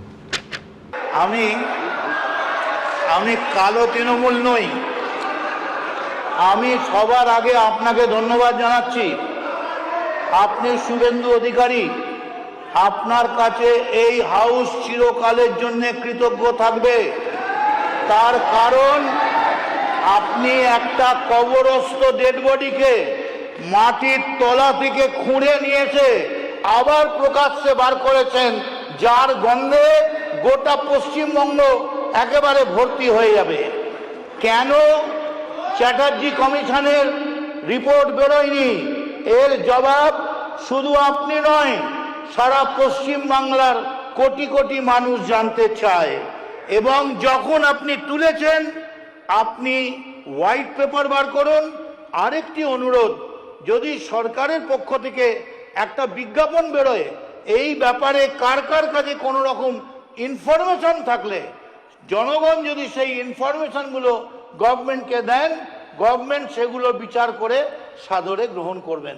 আমরা চাই বিচারক। এবার আপনাদের মনে করিয়ে দিই, 21শে জুলাই সাক্ষ্য দিতে গিয়ে কিন্তু সরাসরি বুদ্ধদেব ভট্টাচার্যকেই কাঠগড়ায় তুলেছিলেন এই মদন মিত্র। তারিখটাও দেখছিলাম জলজল করছে এবিপি আনন্দের আর্কাইভে, 4 ফেব্রুয়ারি 2013। মদন মিত্রের দাবি ছিল প্রাক্তন মুখ্যমন্ত্রী বুদ্ধদেব ভট্টাচার্যের মহাকরণ অবরোধ অভিযান, এক্স্যাক্টলি যে নামটা ছিল, কোট আনকোট মহাকরণ অবরোধ অভিযান, গুলি চালানোর নির্দেশ দিয়েছিলেন বুদ্ধবাবু স্বয়ং। কি বলতেন মদন মিত্র তখন, কি বলেছিলেন সেদিন দেখুন। বুদ্ধদেব ভট্টাচার্যের প্রত্যক্ষ নির্দেশে শান্তিপূর্ণ জনগণের ওপরে কিভাবে গুলি চালিয়েছিল কোনো রকম প্ররোচনা ছাড়া। বুদ্ধ বললো তো যে বুদ্ধদেব বাবুর সঙ্গে কথা বলেছি, আমি তো বলছি প্রমাণ করুন না, আমি পদত্যাগ করব, সামনে দাঁড়িয়ে বলে দেবো যে আপনি আমায় মারতে এসেছিলেন। ঘটনাচক্রে ওই দিনই, ওই 2013 সালের 4 ফেব্রুয়ারি এবিপি আনন্দ স্টুডিওতে এসেছিলেন বুদ্ধদেব ভট্টাচার্য। স্পেসিফিক্যালি আমার এই প্রশ্নের উত্তরে ঠিক কী বলেছিলেন আমাকে বুদ্ধবাবু দেখে নিন। 21শে জুলাই যে গুলি চললো সেটা নাকি আপনার নির্দেশে। আজকে কমিশনের কাছে কমপ্লেন করেছেন রাজ্যের একজন মন্ত্রী, বলেছেন যে ইস্তফা দেবেন তিনি যদি মিথ্যে প্রমাণিত হয়। থাকলেও কি না থাকলেও তাদের রাজ্যের কিছু এসে যায় না, ও কতটা আমি উত্তর দিই না সব। 21শে জুলাইয়ের ঘটনাটা কি আপনি নির্দেশ মনে আছে ঘটনা আমার, কিন্তু এসব কেউ নির্দেশ দেয় নাকি এসব ব্যাপারে? পুলিশকে ওখানে গোলমাল হলো, একটু পরে শুনলাম ফায়ারিং হয়েছে। এইভাবেই রাইটার্সে খবর আসে। রাইটার্স থেকে কেউ বসে বসে গুলি চালানোর নির্দেশ, সব গল্প শুনে লাভ নেই। দেখুন, যেমন আমি বলি ক্ষমতা আউট, বিবেক ইন। আজ মদন মিত্রের বিবেক জাগ্রত হইয়াছে। আজ মনীশ গুপ্ত নিয়ে বলছেন ওনার ভূমিকা ভালো ছিল না, আমাদের তখন ভালো বলতে হয়েছিল। সেই কথা যখন উপলব্ধি যদি তখন হতো, মদন মিত্রের তো উচিত ছিল আজকের এই নৈতিক অবস্থান সেদিন কমিশনের সামনেও একেবারে সরাসরি প্রকাশ করা। তা তো করেননি, উল্টোটা করেছিলেন। আজ মদন মিত্র শিবির বদলে যে শিবিরে গেছেন, সেই শিবিরের প্রতিনিধি প্রাক্তন আইপিএস প্রসূন বন্দ্যোপাধ্যায় এই যে অবস্থান বদল, একে কি সমর্থন করবেন? আমার কৌতূহল রইল। প্রথম কথা বলি যে অশোক দাশগুপ্তর একটা খুব লাইন আমার খুব পছন্দ ছিল একটা লেখার, যে আবেগ আবেগ বাঙালি তোমার বুদ্ধি হলো না। মানে আজকের এই ঘটনার যেটা ঘটেছে বিধানসভাতে মাননীয় মুখ্যমন্ত্রীর বিবৃতি, এবং তারপরে যে ঘটনাটা ঘটছে সেটাকে নানাভাবে ইন্টারপ্রিট করার চেষ্টা করা হচ্ছে। কেউ হয়তো এক ঢিলে 5 পাখি মারার কথা ভাবছেন, কেউ ভাবছেন যে টিএমসির আমলে কাগজ হারিয়েছিল কিনা, বিষয়টা অতটাও লঘু হয়নি। ওইটা সার্জিক্যাল স্ট্রাইক হয়েছে, পাখি একটাই ছিল। হেড অফ দ্য স্টেটকে সরাসরি দায়ী করা ছাড়া এখানে সেকেন্ড কোনো আপনার ইন্টারপ্রিটেশন দাঁড়াবে না। প্রথম কথা হচ্ছে কমিশন বসলো কবে না সিপিএম চলে যাওয়ার পরে। কে বসাবেন সিদ্ধান্ত নিয়েছেন, দিলেন মাননীয় মুখ্যমন্ত্রী। রিপোর্ট সাবমিট হওয়ার পরে ক্যাবিনেটের কোনো সদস্য এখনও বলতে পারবে না যে তারা রিপোর্ট সম্পর্কে জানতো। তাহলে রিপোর্ট সাপ্রেশনের দায়িত্বটাও কিন্তু আজকের বিধানসভার যে মাননীয় মুখ্যমন্ত্রীর স্টেটমেন্ট, সেটা অত্যন্ত একটা তাৎপর্যপূর্ণ স্টেটমেন্ট, যেখানে পরিষ্কার করে দেওয়া হচ্ছে যে এই সাপ্রেশনটাও উইলফুল সাপ্রেশন ছিল। ফলে এখানে পাখি মারার কোনো বিষয় নেই। এটা পশ্চিমবঙ্গের total Democratic system and political সিস্টেমকে কোথাও একটা ভিত নাড়িয়ে দিয়ে আজকের ঘটনাটাকে আননেসেসারি সস্তা পলিটিকিং করা আমার মনে হয় খুব খারাপ হবে। ইটস আ গ্রেভ ইনসিডেন্ট যেটা আজকে বিধানসভাতে যে স্টেটমেন্ট এসছে, এটা পশ্চিমবঙ্গে গত 30 বছরের রাজনৈতিক ভিত্তি, বিশ্বাসের ভিত্তিকে কোথাও ঠক ঠক করে নাড়িয়ে দিয়েছে, এটা প্রথম স্বীকার করে নিতে হবে। আমার দ্বিতীয় প্রশ্ন থাকবে যে এই যে উইলফুল সাপ্রেশন, এটার কারণ কি বলে আপনার মনে হয়? আপনি তো দীর্ঘদিন আমলাতন্ত্রের সঙ্গে যুক্ত ছিলেন। প্রদীপ একটা কথা বলেছেন যে পার্ট অফ সাপ্রেশন বলে বলছি। টিএমসির আমলে কাগজ হারিয়েছিল, জানি না কখন হারিয়েছিল। একটা কমিশন বসেছে, আমরা খুব সিম্পলিফাই করি, একটা লিনিয়ার ইকুয়েশনে যাই, কমিশন কিছু কাগজ চাইছে, ইনকামবেন্ট গভর্নমেন্ট দেখছে সেই কাগজটা সস্থানে নেই, কমিশনকে কাগজ সাপ্লাই করা যাচ্ছে না, তাহলে গভর্নমেন্টের উচিত সেখানে এফআইআর লজ করা এগেনস্ট মেবি আননোন মিসক্রিয়েন্টস। যখনই গভর্নমেন্ট সেটা লজ করবে না, তখন ধরে নিতে হবে government is a wilful complicity আছে ক্রাইমের মধ্যে, এখানে বাঁচতে পারবে না তৎকালীন যারা দায়িত্বে ছিল। 2 নম্বর হচ্ছে যে আপনার এই যে একটা খুব ইন্টারেস্টিং কথা, অনেকে মনীষ গুপ্ত করছেন, বিষয়টা তার থেকে অনেক বেশি র্যামিফিকেশন আছে। আপনি আগে বিষয়টা স্টেটমেন্টটা ফলো করুন। আপনার যদি এফআইআর এর বক্স ওপেন হয়ে যায় আর কালকে যদি কেউ এসে বলে যে কমিশনের রিপোর্ট সাপ্রেশনটাও পার্ট অফ দ্য ক্রাইম, তাহলে এফআইআর এ কার নাম আসছে? সামবডি মাচ অ্যাভাব মনীষ গুপ্ত। মনীষ গুপ্তে থামবে না, দ্য বাক উইল নট স্টপ দেয়ার। ফলে আজকের যে ঘটনাটা এখানে ঘটেছে, মদন মিত্র কি বলছেন সেটা নিয়ে আমি আলোচনা করছি না। আই থিঙ্ক আজকের বড় পরিমণ্ডল ওটা একটু মানে মদনদার মতো করে বলেন যে কথাগুলো আছে, ঠিক আছে, দ্যাট ইজ আপনারই শিবিরে শিবির বলে কিছু নেই। আমরা তৃণমূল কংগ্রেস করি, মদনদা করেন নিজস্ব স্টাইলে করেন, আপনি মানুষ মদনদা জননেতাদের একটা নিজস্ব স্টাইল থাকে মেবি, কিন্তু আমি একদম সাবস্টেন্সে থাকার চেষ্টা করছি। 3টে পয়েন্ট, বুলেট পয়েন্টে আসা যাক। আজকের মাননীয় মুখ্যমন্ত্রীর স্টেটমেন্ট অত্যন্ত তাৎপর্যপূর্ণ, এটাকে লঘু পলিটিকিং করে কেউ হালকা করবেন না। এই স্টেটমেন্টের মাধ্যমে পশ্চিমবঙ্গে রাজনৈতিক এবং ডেমোক্রেটিক সিস্টেমের ভিত নড়ে গেছে। যদি এফআইআর চালু হয় তাহলে কোন পর্যন্ত যাবে সেটা কিন্তু আমরা আন্দাজ করতে পারছি, নাম্বার 2।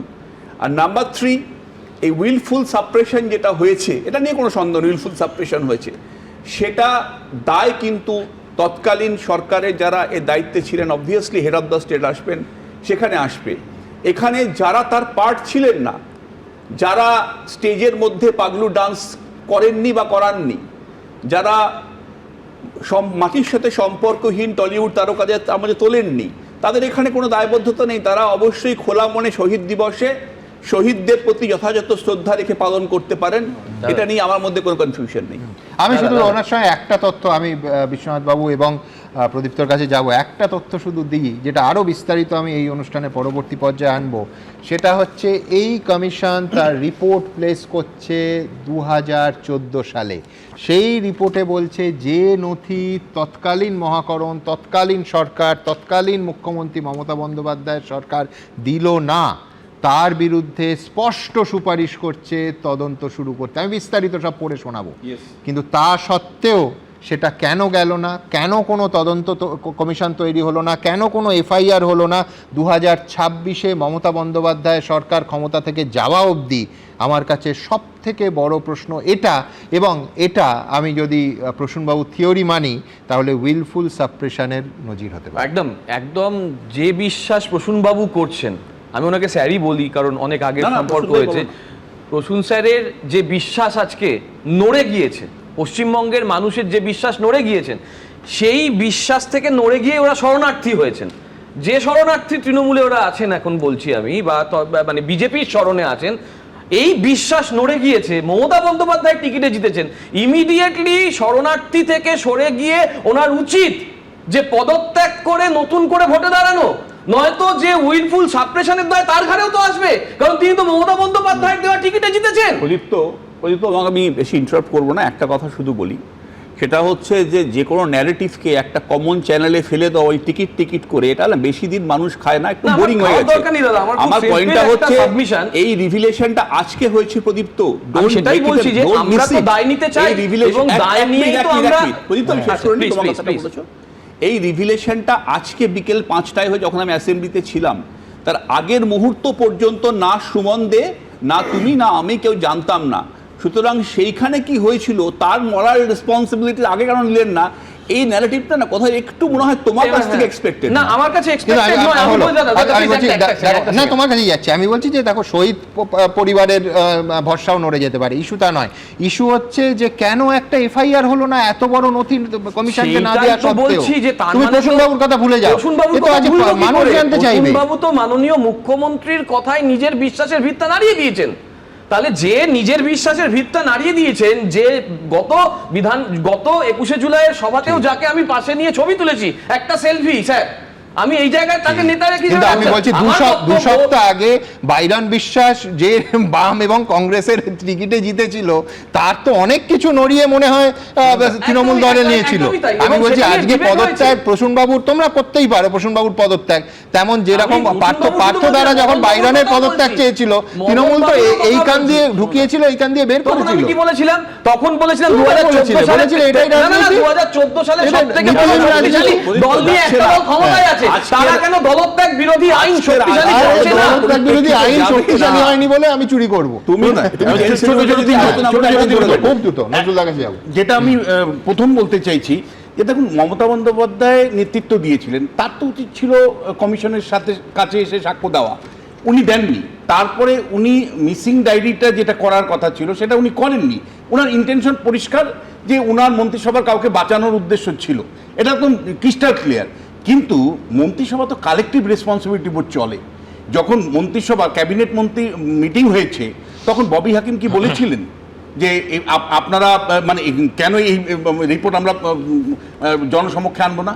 ক্যাবিনেট যদি মেজরিটি সিদ্ধান্ত নেয়, তাহলে মেজরিটি সিদ্ধান্তে ক্যাবিনেটের ডিসিশন হয়। মুখ্যমন্ত্রী থাকা সত্ত্বেও সবসময় কালেকটিভ ডিসিশন এবং মানে মেজরিটি ডিসিশন, এটা একটা দিক। আরেকটা আমি কেন এটা বারবার বলছি, এটা master stroke politically master stroke.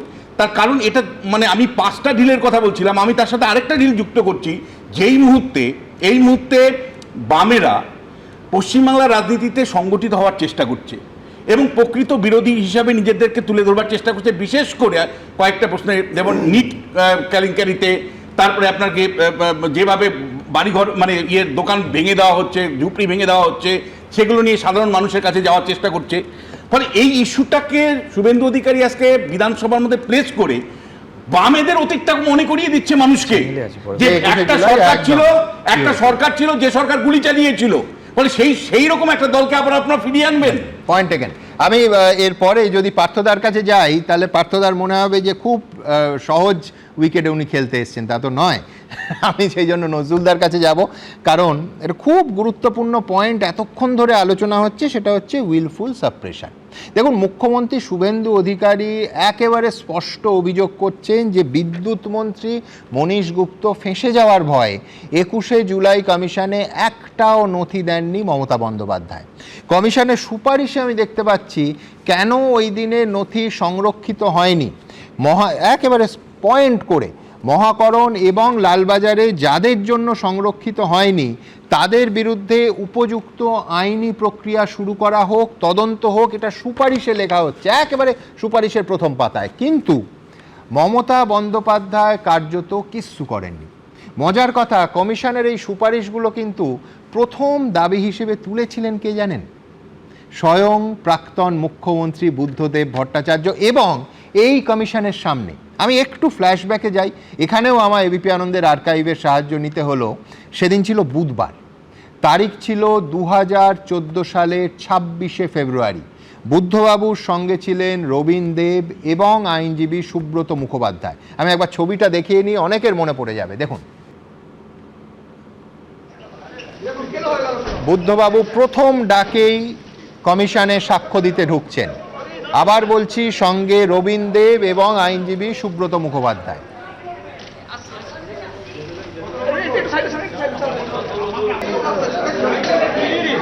সাক্ষ্য দিয়ে বুদ্ধবাবু বেরিয়ে আসছেন।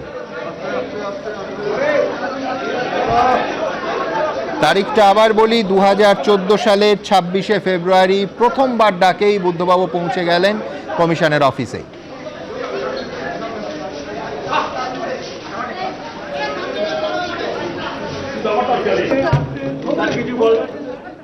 বুদ্ধবাবু সেদিন বলেছিলেন, সব নথি তো খুঁজে পাওয়া উচিত, না পাওয়া গেলে সেটা দুর্ভাগ্যজনক। নথি না পেলে কিভাবে কমিশন কাজ করবে? সেক্ষেত্রে তো কমিশনের কার্যকারিতা নিয়েই প্রশ্ন উঠে যাবে। কোট আনকোট বুদ্ধদেব ভট্টাচার্য, বুদ্ধবাবু বলেছিলেন নথি সত্যি হারিয়ে গেছে নাকি নথি দেয়া হচ্ছে না সেটা নিয়েই পৃথক কমিশন গঠন করা উচিত। এসব কথা আমাদের অন ক্যামেরা এবিপি আনন্দকে বলেছিলেন অন্য কেউ নয়, স্বয়ং অবসরপ্রাপ্ত বিচারপতি সুশান্ত চট্টোপাধ্যায়। কি বলেছিলেন সেদিন সুশান্তবাবু? দেখুন জাস্টিস চ্যাটার্জি কি বলেছিলেন।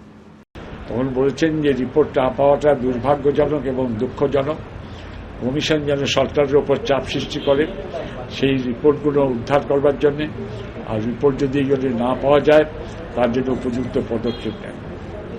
আরও বলেছেন যে কমিশন যদি কোনো কাগজপত্র না পায় তাহলে তার পক্ষে কাজ করা বা কোনো সিদ্ধান্তে আসা কিন্তু কঠিন কাজ, কিন্তু যদি সব কিছু না পাওয়া যায়, কমিশন যদি আইনের সৃষ্টি হয়ে আইনের মতো চলে, তাহলে তার কোনো ব্যক্তিগত অনীহা নেই, তার কোনো আপত্তি নেই। তাহলে বিষয়টা কি দাঁড়ালো? সেদিন বুদ্ধদেব ভট্টাচার্য যা বলেছিলেন, আজ শুভেন্দু অধিকারী যা বললেন, প্রায় একই কথা। নথি হারিয়ে গেছে নাকি নথি দেয়া হচ্ছে না? বুদ্ধদেব ভট্টাচার্যের পরামর্শ ছিল কমিশন যেন সরকারের ওপর চাপ সৃষ্টি করে, আর রিপোর্ট পাওয়া না গেলে যেন প্রত্যেকের বিরুদ্ধে ব্যবস্থা নেওয়া হয়। আমি নজরুলদার কাছে যাব, কারণ নজরুলদার সেই দিন ওই 21শে জুলাইয়ের দিন ডিউটিতেও ছিলেন, আমার যদি ভুল না হয়। নথি খোয়া গেছিল না নথি চেপে দেওয়া হয়েছিল, নাকি যেরাম প্রসূনবাবু বলছিলেন যে উইলফুল সাপ্রেশন? প্রথমে ব্যক্তিগত ব্যাপারটা বলি। আমি ডিউটিতে ছিলাম এবং সেটা আকাশবাণী ভবনের কাছে। আচ্ছা, মানে আমার কাছ পর্যন্ত মুভমেন্ট এসে পৌঁছায়নি, যার জন্য আমাকে কিছু করতে হয়নি। পরবর্তীকালে আমাকে সাক্ষীতেও ডাকা হয়নি, অন্যরকম কোনো তদন্তের সামনে হাজির হতে হয়নি। এক নম্বর গেল। দ্বিতীয়ত 11 সালে কমিশনটা গঠন করা হয়েছিল এবং 14 সালে রিপোর্টটা জমা পড়েছিল, এটা তো গণমাধ্যমেই আমরা দেখেছি। তাহলে সাপ্রেশন কথাটা আসছে কি করে? যেটা হয়েছে সেটা জনসমক্ষে রিপোর্টটা আনা হয়নি, বিধানসভায় পেশ করা হয়নি, এই তো না। আরেকটা সাপ্রেশন কথা আরেকটা প্রসঙ্গে আসতে পারে, সেটা হচ্ছে তৎকালীন মহাকরণ বলছে নথি নেই, নথি দেয়া গেল না। আমি সেখানে আসব। আচ্ছা, কারণ এবং বিচারপতি সুপারিশ করছে, তার কারা করলো তাদের বিরুদ্ধে তো তদন্ত হবে, সেটা কেন করা হয়নি তাও আমি বলছি। আচ্ছা, দেখুন, আপনারা মদন মিত্রের কথা আজকে দেখালেন, তিনি একটি কথা বলেছেন যে এই 21শে জুলাই যাদের ভূমিকা ভালো ছিল না তাদেরকেই ভালো পদে একদম আনা হয়েছিল। এই কথাটা কিন্তু এই প্রথম নয়। আপনারা এই রিপোর্টের কথা বললেন যে পঙ্কজ ব্যানার্জিকে যখন ডাকা হয়েছিল তিনি সাক্ষ্য দিতে আসেননি এবং গণমাধ্যমে এটা বলেছিলেন, মানে কমিশনের কাছে নয়, যে যিনি সবথেকে দোষী তাকে মন্ত্রী রেখে সেই মন্ত্রিসভা কমিশন গঠন করে সঠিক তদন্ত হতে পারে না। আপনারা চেক করে নেন আপনাদের কথা, ঠিক? আচ্ছা, এরপরে আপনারা এক্ষুনি মনীশ গুপ্তর সঙ্গে আপনাদের একটু ইন্টারভিউ দেখালেন, কিন্তু আমি বলছি আর একটু দেখালে ভালো হতো, আপনি চেক করতে পারেন। আমি তখন ইন্টারভিউটা দেখেছিলাম। উনি বলছেন যে উনি এর মধ্যে কিছু জানতেন না, তার মানে বলে আপনার পিআরবি দেখুন, ওখানে হোম সেক্রেটারির কোনো কথা নাই। এই যে কথাটা হোম সেক্রেটারির পদে থাকা একটা লোক একজন আইএএস অফিসার বলতে পারে না, মানতে পারে না, কেন? দেখুন, ওই পিআরবির 1A রুলে রাজ্য সরকারের কথা বলা আছে, হোম সেক্রেটারি রাজ্য সরকারের বাইরে। এক নম্বর কথা গেল। তারপর আপনি আরেকটু আসুন, 2 নম্বর রুলে যদি আসেন, সেখানে ওয়েস্ট বেঙ্গল পুলিশ ডিস্ট্রিক্ট এবং ক্যালকাটা পুলিশ ডিস্ট্রিক্টের কথা এসেছে, যে ওয়েস্ট বেঙ্গল পুলিশ ডিস্ট্রিক্টের মধ্যে ক্যালকাটা পুলিশ এরিয়া পড়ে না। আচ্ছা, তারপরে 3 নম্বর রুলে আসুন, সেখানে বলছেন যে পিআরবি প্রযুক্ত হবে একমাত্র ওয়েস্ট বেঙ্গল পুলিশের ইএফআর ছাড়া অন্যদের ক্ষেত্রে। Eastern frontier rifles West Bengal পুলিশে, কিন্তু ইএফআর জন্য আলাদা রুলস আছে। আমি সেখানে কাজ করেছি, ওই বোলপুর থেকে 1 মাসের মধ্যে ট্রান্সফারে আমাকে ইএফআর অ্যাসিস্ট্যান্ট কমান্ড্যান্ট করা হয়েছিল, তাদের আলাদা রুলস আছে। এই পিআরবি ওয়েস্ট বেঙ্গল ইএফআরেও প্রযোজ্য নয়। তাহলে ক্যালকাটা পুলিশে কী প্রযোজ্য? ক্যালকাটা পুলিশের জন্য পিআরসি আছে, পুলিশ রেগুলেশন অফ ক্যালকাটা, এবং সেখানেও আমি যে কথাগুলো বলছি রাজ্য সরকার এবং একদম প্রথম চ্যাপ্টারে এসপির সঙ্গে ডিএমের সম্পর্ক কী হবে, ডিএমের সঙ্গে ডিআইজির কী সম্পর্ক হবে, মানে আইএস আইপিএসদের সঙ্গে সম্পর্ক পরিষ্কার বলা আছে। অর্থাৎ উনি হোম সেক্রেটারি ছিলেন, কোনো জায়গায় ডিএম ছিলেন কিনা আমার জানা নেই। উনি এরকম কথা একমাত্র লোককে বিভ্রান্ত করা ছাড়া বলতে পারেন না। এরপরে দেখুন আপনারা উইলফুল সাপ্রেশন আমি তো বলছি, আমি মনে করি না যেটা উইলফুল সাপ্রেশন। এটা রিপোর্ট প্রকাশ করেছে আমরা জানি সকলে, আমি তো জানতাম, কিন্তু নথি না পাওয়া গেলে এফআইআর তো বেসিক ছিল। আমি আসবো তো সেখানে। আচ্ছা, এরপরে দেখুন কুণাল ঘোষের আপনার বক্তব্য শোনালেন। এখন কি বলবো, উনি বলছে যে এটা রাজনৈতিক সিদ্ধান্ত, এবং মদন মিত্রর কথাও আপনারা যা শোনালেন তাতে আমি বলবো আইএএস আইপিএস দুটোই অল ইন্ডিয়া সার্ভিস, আর ইন্ডিয়ান ফরেস্ট সার্ভিস আছে। আমি অল ইন্ডিয়া সার্ভিসে ছিলাম। অল ইন্ডিয়া সার্ভিস কন্ডাক্ট করে 3 ধারা আপনারা দেখে নিন। সেখানে বলছে কোনো একটা নির্দিষ্ট পরিস্থিতিতে কোনো অফিসার কী সিদ্ধান্ত নেবেন সেটা আইন অনুসারে তিনি নেবেন। উপরের কোনো লোক যদি তাকে অন্যরকম করতে বলেন, অতএব বুদ্ধদেব বাবু যদি বলেন যে তুমি এইরকম করো, তাহলে সেই অফিসারকে বলতে আপনি লিখিত দেন। যদি লিখিত দেন দায়ী হবেন যিনি দিয়েছেন, যদি লিখিত না নেন তাহলে যিনি করেছেন তিনি দায়ী হবেন। তো আপনারা এই যে নেতাদের দেখাচ্ছেন তারা কি আইন জানেন না? না আপনি মনীশ গুপ্তের ইন্টারভিউ করেছেন, মনীশ গুপ্ত আইন জানেন না এইটা। এরপরে আপনি যেটা বলছেন যে ওখানে বুদ্ধদেব ভট্টাচার্য মন্ত্রিসভার পুলিশের দায়িত্ব ছিলেন, ওনাকে সাক্ষী দিতে হলে সাক্ষী দিয়ে গেলেন। আন্দোলনটা লিড করছিলেন কে? তিনি কেন সাক্ষী দিলেন না? কারণ তিনি সাক্ষী দিলে নিজেই ফেঁসে যাবেন। কারণ মনীশ গুপ্তকে মন্ত্রী করেছেন। মনীশ গুপ্তর রিপোর্টের কথা আপনি এক্ষুনি বললেন, আমি তথ্যগুলো দিচ্ছি না। তার মানে কতটা বাসে আগুন লাগানোর কথা আছে, কতটা গাড়ি ভাঙচুরের কথা আছে। আপনি 215 জন পুলিশ অফিসারের কথা বলেন, তার মধ্যে কতজন আইপিএস অফিসার আছে সেটাও বলা আছে ওখানে, আপনি দেখে নেন। একদম এটা সুজাত ভদ্ররা হাইকোর্টে একটা মামলা করেছিল, তার পরিপ্রেক্ষিতে হাইকোর্ট হোম সেক্রেটারি রিপোর্ট চাই। হোম সেক্রেটারি এই রিপোর্টে বলেছেন। তারপর কি উনি অন্য কথা বলতে পারতেন? তাহলে মমতা ব্যানার্জি কি করে মনীশ গুপ্তকে বিরুদ্ধে ব্যবস্থা নেবেন? আর মনীশ গুপ্তের ব্যবস্থা নিতে নিজের বিরুদ্ধে ব্যবস্থা, মমতা ব্যানার্জি কেন সাক্ষী দিলেন না? ব্যবস্থা নিতে হবে। এবার আপনি যে কথাটা বলছেন, যেটা আপনারা বললেন যে কমিশন 25 লাখ দিতে বলছে, তিনি 2 লাখ দিচ্ছেন। তো উনি তো আন্দোলন ওনার নেতৃত্বে করার সময় মারা গিয়েছিল লোকগুলো। কমিশন বলে দেওয়ার পর 25 লক্ষ তাদেরকে কেন দিলেন না? এবং 5 লক্ষ যারা আহত হয়েছিলেন তাদেরকে কেন দিলেন না? এটা জেনে যাবেন। ফলে ওই মঞ্চে এসে আলো করা যাবে না, তার জন্য রিপোর্ট প্রকাশ করেন। বেশ, এরপরে ডকুমেন্টের কথা বলছেন। দেখুন, ডকুমেন্ট যে পাওয়া যায়নি সে কথা রিপোর্টে বলেননি, আপনি ভালো করে দেখুন। যেমন বলেছে যে কেন পাওয়া যাচ্ছে না, অর্থাৎ কার জন্য পাওয়া যাচ্ছে না, তার দোষী মানে প্রমাণ করে তার বিরুদ্ধে ব্যবস্থা নিতে। তারপরে আরও একটা কথা আছে দেখুন, যে এর পরে যাতে এই প্রিজার্ভেশন হয় তার জন্য ব্যবস্থা নিতে আছে। তাহলে যদি হয় তাহলে ভবিষ্যতে যাতে এই ঘটনা না ঘটে, নিয়োগ দুর্নীতির যে এই যে অতিরিক্ত পদ সৃষ্টি করে যে যারা টাকা দিয়ে চাকরি কিনেছে তাদের চাকরি বাঁচাতে হবে, তার নথি তাহলে রাখতে হবে না? তো মমতা কি করে সে ব্যবস্থা করতে পারে? দারুণ। আমি এক পয়েন্ট শুধু হচ্ছে যে আজকে বিকেল 4:30 5টার আগে গোটা পশ্চিমবঙ্গের মানুষ কিন্তু এই তথ্যগুলো বিস্তারিতভাবে জানতো না। তদানীন্তন মুখ্যমন্ত্রী এবং মন্ত্রিসভা বা মুখ্যমন্ত্রীর বলুন দায়িত্বের মধ্যে ছিল এটাকে পাবলিক ডোমেনে আনা, যেটা আজকে মাননীয় মুখ্যমন্ত্রী বলেছেন। This is a suppression. আপনি একটা ফ্যাক্ট জানতে পারেন, হ্যান্ডফুল পিপল জানতে পারে, কিন্তু ডোমেনে আসতে হবে যেখানে পাবলিক ইন্টারেস্ট জড়িত রয়েছে। এই যে বলা হচ্ছে যে এই সাক্ষী থেকে বড় কথা, আমার আপনার করের টাকায় কমিশন বসছে, তার রিপোর্ট সূর্যের আলো দেখবে না কেন? প্রত্যেকে জানা উচিত। 1 ডজন কমিশন হয়েছিল, কটা রিপোর্ট আমাদের সামনে এসেছে? সুতরাং পুরো জিনিসটাকে হয়তো একটা মিনিস্কুল মাইনরিটি জানতো। আজকের মতন গোটা পশ্চিমবঙ্গ আলোচনা করছে যে 21শে জুলাইয়ের কি ঘটেছিল সেটা আগের সরকার জেনেও জনসমক্ষে আনেনি। That is suppression. 11 সালে কমিশন নিযুক্ত হয়েছে, 14 সালে রিপোর্ট দিয়েছেন। আমরা যখন জানি ওই এমএলএ যারা ছিলেন, ক্যাবিনেট মন্ত্রী যারা ছিলেন, তারাও জানতেন।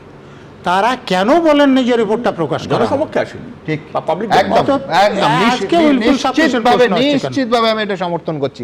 আমার পরের প্রতিবেদন ঠিক যেখানে নজরুলদা বলছেন যে মনীশ গুপ্ত আর কি বলেছেন, এই প্রতিবেদনে সম্ভবত আপনারা তার কিছুটা উত্তর পাবেন। দেখুন, প্রয়াত পঙ্কজ ব্যানার্জি তিনি বলেছিলেন, I believe that the person solely responsible for the firing was none other than the Home Secretary Monish Gupta. Commission কেন তৎকালীন মুখ্যমন্ত্রী মমতা বন্দ্যোপাধ্যায়কে ডাকেননি সেটা তো বলা বড় মুশকিল। আরও এক 21শে জুলাই, রক্তাক্ত স্মৃতি, রাজনৈতিক ঝড়। তার ঠিক আগে মমতা বন্দ্যোপাধ্যায়ের আমলে গঠিত 21শে জুলাই কমিশনের রিপোর্ট প্রকাশ্যে আনলেন শুভেন্দু অধিকারী। আর তারপরেই ইতিহাস নিয়ে শুরু হলো নতুন করে কাটাছেঁড়া। সেদিন কে ধর্মতলায় গুলি চালানোর নির্দেশ দিয়েছিলেন, কার দায়, কাদের দোষ, এই আবহেই বারবার উঠে এলো তৎকালীন স্বরাষ্ট্র সচিব, পরে মমতা বন্দ্যোপাধ্যায় সরকারের মন্ত্রী মনীশ গুপ্তর নাম। প্রয়াত পঙ্কজ ব্যানার্জি তিনি বলেছিলেন, তার স্টেটমেন্টে ইংরেজিতে রেকর্ড করা আছে, when summoned by the commission as the first victim of the 1993 agitation where is sustained head injury, that means late Pankaj Banerjee expressed his inability to depose and gave a statement to the media that I believe that the person solely responsible for the firing was none other than the Home Secretary Monish Gupta. But the culprit has been given a berth in the Mamata Banerjee cabinet. 1993 সালের 21শে জুলাই যেদিন গুলি চলেছিল, তখন স্বরাষ্ট্র সচিব ছিলেন মনীশ গুপ্ত, অর্থাৎ আমলা হিসাবে যিনি পুলিশ দেখতেন। পরে এই মনীশ গুপ্তকেই তৃণমূলের প্রার্থী করেন মমতা বন্দ্যোপাধ্যায়, বিধায়ক হন তিনি। মনীশ গুপ্তকে বিদ্যুৎ মন্ত্রী করেন মমতা বন্দ্যোপাধ্যায়, প্রথমে মন্ত্রী, তারপর তাকে রাজ্যসভাতেও পাঠায় তৃণমূল। এই নিয়ে বারবার সমালোচনার মুখে পড়েছেন মমতা বন্দ্যোপাধ্যায়। বারবার প্রশ্ন উঠেছে, 21শে জুলাইয়ের ঘটনায় যার দিকে বারবার অভিযোগের আঙুল উঠেছে, তাকে কি করে মন্ত্রী থেকে সাংসদ করলেন মমতা বন্দ্যোপাধ্যায়? আইন অনুযায়ী প্রয়োজনীয় যথাযথ নির্বাহী তদন্ত এক্সিকিউটিভ ইনকোয়ারি হয়েছিল বলে কমিশন মনে করে না। মহাকরণ থেকে সমস্ত প্রাসঙ্গিক নথিপত্র কেন পাওয়া যাচ্ছে না তা গ্রহণযোগ্য বলে মনে করা হয়নি। তিনি তথ্য সরবরাহ করেননি, তিনি একটাও নথি দেননি, কারণ ওনার পাওয়ার মিনিস্টার ফেঁসে যাওয়ার প্রভূত সম্ভাবনা ছিল। মনীশ গুপ্ত নিশ্চিতভাবে হোম সেক্রেটারি ছিলেন। আপনাদের খেয়াল রাখতে হবে যে এই ধরনের কোনো ঘটনায় এগুলো কিন্তু সমস্তটাই রাজনৈতিক শক্তি যারা থাকেন, এটা হোম সেক্রেটারি তিনি নির্দেশও দিতে পারেন না, তিনি রিপোর্টও লিখতে পারেন। সেখানে কিন্তু হোম মিনিস্টার কোন পার্টি সরকারে রয়েছে, কোন পার্টি কে পুলিশ মন্ত্রী বা মুখ্যমন্ত্রী, এটা রাজনৈতিকভাবে স্থির হয়। যদিও 21শে জুলাইয়ের গুলি চালানোর ঘটনায় জড়িত থাকার অভিযোগ বারবার অস্বীকার করেছেন মনীশ গুপ্ত। যেগুলো একদম সম্পূর্ণভাবে ভিত্তিহীন। কোন স্বরাষ্ট্র সচিব কখনো রাইটাতে বসে গুলি চালান না, এগুলো তো বলে লাভ নেই। বা এরা অকারণে রাজনীতি করছে, আমার নামটা চালিয়ে যাচ্ছে। পুলিশ রেগুলেশন বেঙ্গল 1968 সেটাতে পরিষ্কার ভাবে বলা আছে, সেটা তো ওদের বাইবেলের মতো। ওরা গুলি চালাবে, কখন চালাবে, কি করলে চালালে কি করতে হয়, দিতে পারে না দিতে পারে, পুরো জিনিসটাই বলা আছে। লালবাজার থেকে তো ওরা কন্ট্রোল হয়, সেটা তো আর রাইটার্স বিল্ডিং থেকে কন্ট্রোল হয় না। গ্রাউন্ড লেভেলে যে কাজগুলো, তার সঙ্গে স্বরাষ্ট্র সচিবের কোনো সম্পর্ক নেই। কিন্তু শহীদ পরিবারের গলায় স্বাভাবিকভাবেই ভিন্ন সুর। মনীশ গুপ্ত তো ছিলই, আমরা তো জানি ছিল যে দিদি যুদ্ধটাকে আড়াল করে যায়, সেটা আমরা কি করতে পারি? আজকে যে মনীশ গুপ্ত সেই সময় পুলিশ মন্ত্রী ছিলেন, তার শাস্তি চাইছি। কেন মমতা ব্যানার্জি মনীশ গুপ্তকে ওনার মন্ত্রিসভায় রেখেছে? ওনার কাছে ফাইল ছিল। সব মিলিয়ে ফের একবার ইতিহাসের কাটাছেঁড়া শুরু হয়েছে। আশাবুল হোসেন, কৃষ্ণেন্দু অধিকারী ও পার্থপ্রতিম ঘোষের রিপোর্ট, এবিপি আনন্দ। দেখুন, এই কমিশনের রিপোর্টে 8 নম্বর পয়েন্টটা অত্যন্ত গুরুত্বপূর্ণ। আবার বলছি, সিদ্ধান্ত জারি হোক। সেদিন কিন্তু বামফ্রন্ট সরকারের ভূমিকাকে কমিশন ক্লিন চিট দেয়া তো দূরের কথা, জালিয়ানওয়ালা বাগের সঙ্গে তুলনা করেছে। 8 নম্বর পয়েন্টে একেবারে স্পষ্ট ভাষায় বলা হচ্ছে যে সেদিন Mayo Road, Red Road crossing, Dorina crossing, metro সিনেমার সামনে এবং এক্সপ্ল্যানেড ইস্টে যে গুলি চলেছিল সেটা বিনা প্ররোচনায়, বিনা যুক্তিতে এবং সম্পূর্ণ অপ্রয়োজনীয়ভাবে চালানো হয়েছিল। আমি ভাষাটা পড়ি, unnecessary, without provocation and without justification. দেখুন, ব্যক্তিকে নির্দেশ দিয়েছিল সেটা বড় নয়, যে সরকার এই কাজ করেছিল তারাও সমালোচনা এবং শাস্তির ঊর্ধ্বে উঠতে পারে না। পার্থদা, এটা কি মানবেন? না, সেই কারণেই তো আমার কথা হচ্ছে যে এই রিপোর্টটা আজকে যেটা প্রকাশ পেল, কার্যত এটা একটা বিচার বিভাগীয় কমিশনের রিপোর্টের চাইতো আমার মনে হচ্ছে যে postmortem report of society and politics গত 33 বছর ধরে যা চলেছে এটাকে কেন্দ্র করে, এই গুলি চালনাকে কেন্দ্র করে, সেটা আজকে এসছে সামনে। ভালো হয়েছে সেটা। এই কারণের জন্যই তো যে এই কমিশনটা পার্টিকুলারলি তৈরি করা হয়েছিল টু আইডেন্টিফাই যে কার ভূমিকা ছিল এক্ষেত্রে। এখন সেটা করতে গিয়েই তো আমি বললাম যে যা আপনি এতক্ষণ ধরে 50 মিনিট 1 ঘন্টা ধরে দেখালেন, যে সেখানে দাঁড়িয়ে একের পর এক কি বলবো যে ল্যাপসেস বেরিয়ে এসছে। বিশেষত একটা কমিশন যখন কাজ করে তাহলে তার কাজ করার পদ্ধতি আছে। আপনি যেরকম বললেন যে কমিশনের সবচেয়ে আগে সাক্ষ্য দেওয়ার কথা ছিল যে যিনি হচ্ছে এর সবচেয়ে বড় স্টেক হোল্ডার ছিলেন মমতা বন্দ্যোপাধ্যায় স্বয়ং, তিনি কোন কারণের জন্য হচ্ছে যে কমিশনে সাক্ষ্য দিলেন না, আর তার প্রাক্তন মুখ্যমন্ত্রী তিনি এসে এক ডাকে সাক্ষ্য দিয়ে গেলেন যাদের আমলে, যার আমলে তো বলবো না, যাদের আমলে গুলি চলেছিল তখন বুদ্ধবাবু সংস্কৃতি মন্ত্রী ছিলেন। এবং আমি বললাম মদনবাবু খুব আপনার হচ্ছে বিনোদনী ভূমিকা আছে। উনি যেরকম বুদ্ধবাবুকে বলে গেলেন যে উনি বুদ্ধবাবুই হচ্ছে সাজিয়ে গুছিয়ে গুলি চালিয়েছিলেন, ওই সময় বলেছিলেন না। আমি বলছি যে 1996 থেকে অনওয়ার্ড হচ্ছে বুদ্ধবাবু পুলিশের দায়িত্ব ছিলেন। ঘটনা ঘটেছে 1993 সালে, বুদ্ধবাবু তখন নেই। ঠিক, কিন্তু আমি বলছি যেভাবে হঠাৎ মনে হচ্ছে রিভ ভ্যান উইঙ্কেলের মতো যারা পদাধিকারী ছিলেন তারা এসে বলেছিলেন কি হচ্ছে জানি না, আমি কমিশনকে কোট করছি যে গুলি চালানোর নির্দেশ কে দিয়েছিলেন এটা মনে করতে পারছিলেন না প্রাক্তন পুলিশ কমিশনার, প্রয়াত বহুবার এই অনুষ্ঠানের অতিথিও হতেন তুষার তালুকদার। তুষারদা কমিশনকে বলেছিলেন যে গুলি চালানোর নির্দেশ কে দিয়েছিলেন, কোথা থেকে হয়েছে, এটা তিনি মনেই করতে পারছিলেন না। তৎকালীন ডিসি সাউথ ছিল নয়ন কিশোর সিং, তিনি মেয়র রোডের দিকে দায়িত্বে ছিলেন যেখানে গুলি চলেছিল। তিনিও বলেছিলেন কোনো তথ্য তো দিতেই পারেননি যে গুলি চালানোর নির্দেশ কে দিয়েছিল সেটা তার মনে পড়ছে না। আমি বলছি এটা বিশ্বাসযোগ্য? যারা সিনিয়র অফিসার ছিলেন তারা মনেই করতে পারছেন না যে কোথা থেকে নির্দেশ হয়েছিল? এরকম হয় নাকি? পুলিশ এইভাবে কাজ করে না, কাজ করে না। কিন্তু যেটা তদন্ত কমিশনের করার কথা ছিল, আমার ধারণা আমরা সবাই সেটাই চাইবো যে এটা বিশ্বাস নির্ভর কখনো একটা তদন্ত কমিশন হয় না, কার স্মৃতিতে কি মনে পড়ছে আর কি পড়ছে না। সবসময় the fact will be guided by the document. ফলে সেই ডকুমেন্ট নেই, সেই ডকুমেন্ট হারিয়ে যাচ্ছে, অথবা সেই ডকুমেন্টকে উইলফুলি সাপ্রেস করা হচ্ছে। এমনকি তৎকালীন মুখ্যমন্ত্রী বুদ্ধবাবু এসে বলছেন যে যদি ডকুমেন্ট হারিয়ে যায় সেই ডকুমেন্ট খুঁজে বের করার চেষ্টা করুন এবং অ্যাক্ট করুন, কমিশন যা সাজেস্ট করছে, এবং সেই মতো যদি হারিয়ে গিয়ে থাকে কে বা কারা হারাচ্ছেন সেটা খুঁজে বের করুন। এটার থেকে পরিষ্কার প্রমাণিত হয় যে বাম সরকার তার মুখ্যমন্ত্রী হিসেবে বুদ্ধবাবু শেষ পর্যন্ত তিনি বলে গেছিলেন যে এই কমিশনের মূল কাজ হচ্ছে খুঁজে বের করা এবং কড়া শাস্তি দেওয়া। তার বদলে আমরা কি দেখতে পেলাম? তার বদলে যেটা দেখতে পেলাম যে মনীষবাবুর মতো আমলা, যে যাকে নিয়ে আসা হলো, এবং এখানে কোয়েশ্চেনটা আসছে সাপ্রেশন অফ ফ্যাক্ট উইলফুল না আনউইলফুল আমি বলছি না, বাট আমি বলছি ইন্টারেস্টটা যদি পাবলিক ইন্টারেস্টের চেয়ে বড় যদি পলিটিক্যাল ইন্টারেস্ট হয়, সেই কারণের জন্যই মমতা বন্দ্যোপাধ্যায় সেই কাজটা করেছিলেন যে 13 জন শহীদের তালিকা, যেটা নিয়ে তিনি প্রায় 20-25 বছর ধরে তিনি এই করে যাচ্ছেন, আন্দোলন করে যাচ্ছেন, তিনি সেখানে হাজির হলেন না। এবং তারপরে সেই শহীদরা অভিযুক্ত, মানে তাদের অভিযোগ হাজির হলেন না, কিন্তু এটাও বিস্ময়কর যে কমিশনও তাকে ডাকলো না। এবং যার নেতৃত্বে যার ডাকে এত বড় ঘটনা ঘটলো, এটাই তো বলছি। বললাম যে কমিশন স্বাধীনভাবে কতটা কাজ করতে পেরেছিল, এটাও কিন্তু একটা প্রশ্নের মধ্যে থাকবে। ফলে শুভেন্দু অধিকারী বলেছিলেন যে তিনি সম্ভবত বারণ করেছিলেন কমিশনকে, মানে এটাও মানে আমি না এখানে দাঁড়িয়ে আর একটা তিনটে ইম্পর্টেন্ট আসপেক্ট এখান থেকে বেরিয়ে আসে সুমন। একটা হচ্ছে যে উইলফুল সাপ্রেশন হয়েছে কিনা জানি, কিন্তু ফ্যাক্ট সাপ্রেশন যারা গত 15 বছরে করেছেন এরা মামলারা, তারা পুরস্কৃত হয়েছেন। মনীশ গুপ্ত যদি বিদ্যুৎ মন্ত্রী এবং তারপরে রাজ্যসভা সদস্য হয়েছেন, আপনি হচ্ছেন, তাহলে তার ফ্যাক্ট কেন সাপ্রেস করতে হয়েছিল মমতা ব্যানার্জি বলবেন। রাজীব কুমার, আমি বললাম যে চিট ফান্ডের ফ্যাক্ট সাপ্রেস করেছিলেন, তাকেও রাজ্যসভা করতে হয়েছে। এবং আমি আপনাকে বলছি যারা যারা ফ্যাক্ট সাপ্রেশনের সাথে যুক্ত ছিলেন দে অল রিওয়ার্ডেড।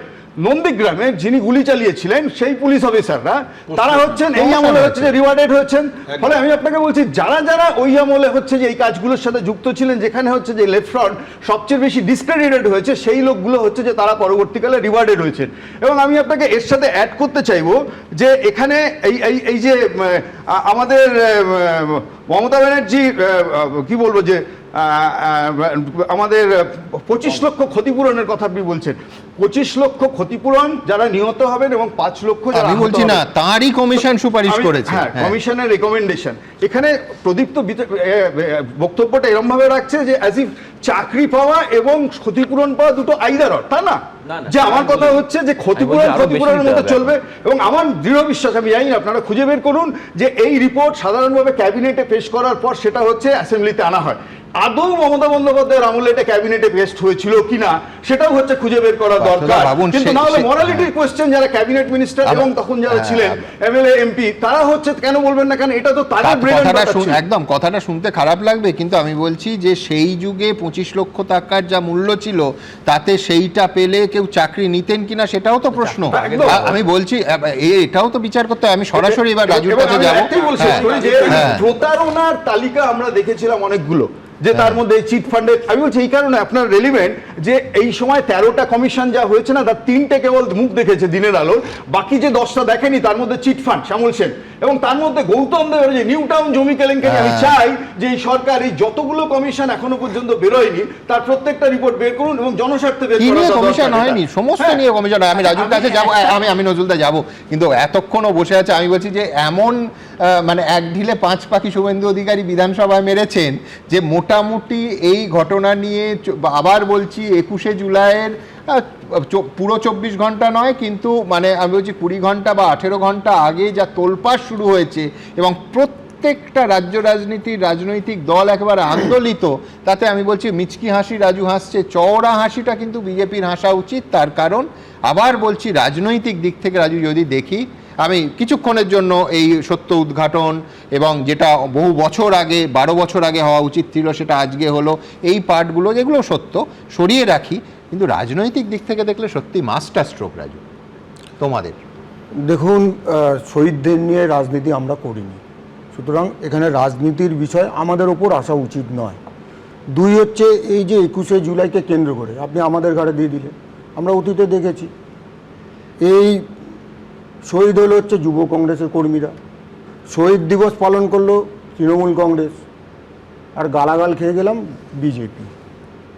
আর আজকে আবার আপনি আমাদেরকে যুক্ত এমনি ঘন্টাখানেক সুমন, ঘন্টাখানেক আমি বসেই আছি, শুনছিলাম সবার কথা।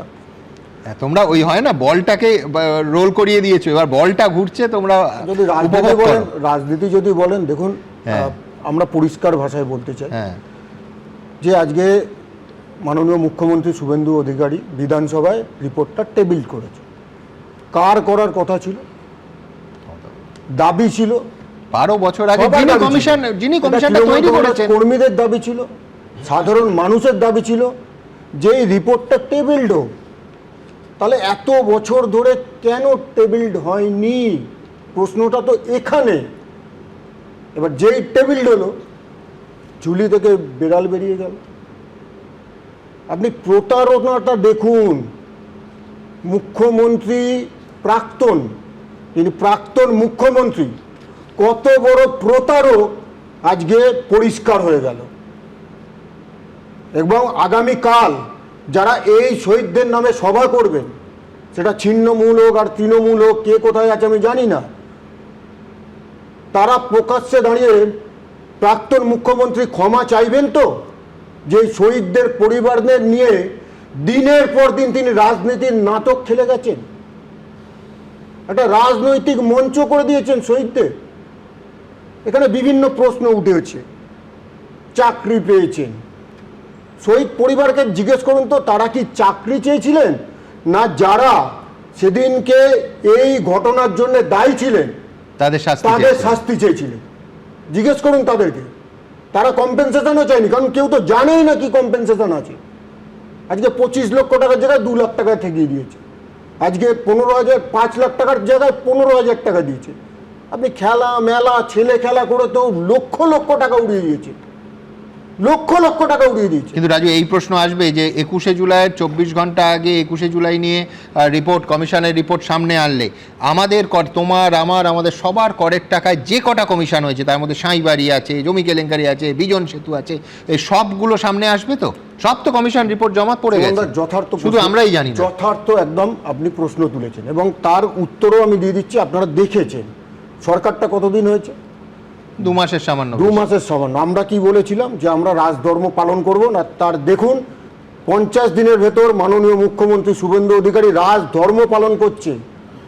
একটার পর একটা ঘটনা, আপনি আরজিকর বলুন, আপনি কামদুনি বলুন, আপনি তামান্না বলুন, আপনি আনিসের ঘটনা বলুন, আপনি বরুণ বিশ্বাসের ঘটনা বলুন, একটার পর একটা রিওপেনিং হচ্ছে। রিওপেনিং ঠিক আছে, তখনই বোঝা যাবে যখন অন্য শিবিরে, তৃণমূল থেকে অন্য শিবিরে চলে যাওয়া প্রত্যেকের বিরুদ্ধে প্রয়োজনে ব্যবস্থা হবে এবং সেই রিপোর্টগুলো পরিষ্কার তদন্ত গতি আটকাবে না, হঠাৎ স্লো হয়ে যাবে না, তখন বোঝা যাবে।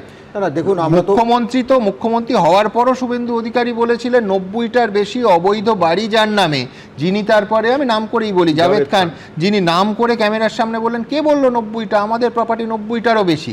তারপরে কি হয়েছে? ওটাও তো 2 মাস হয়ে গেছে।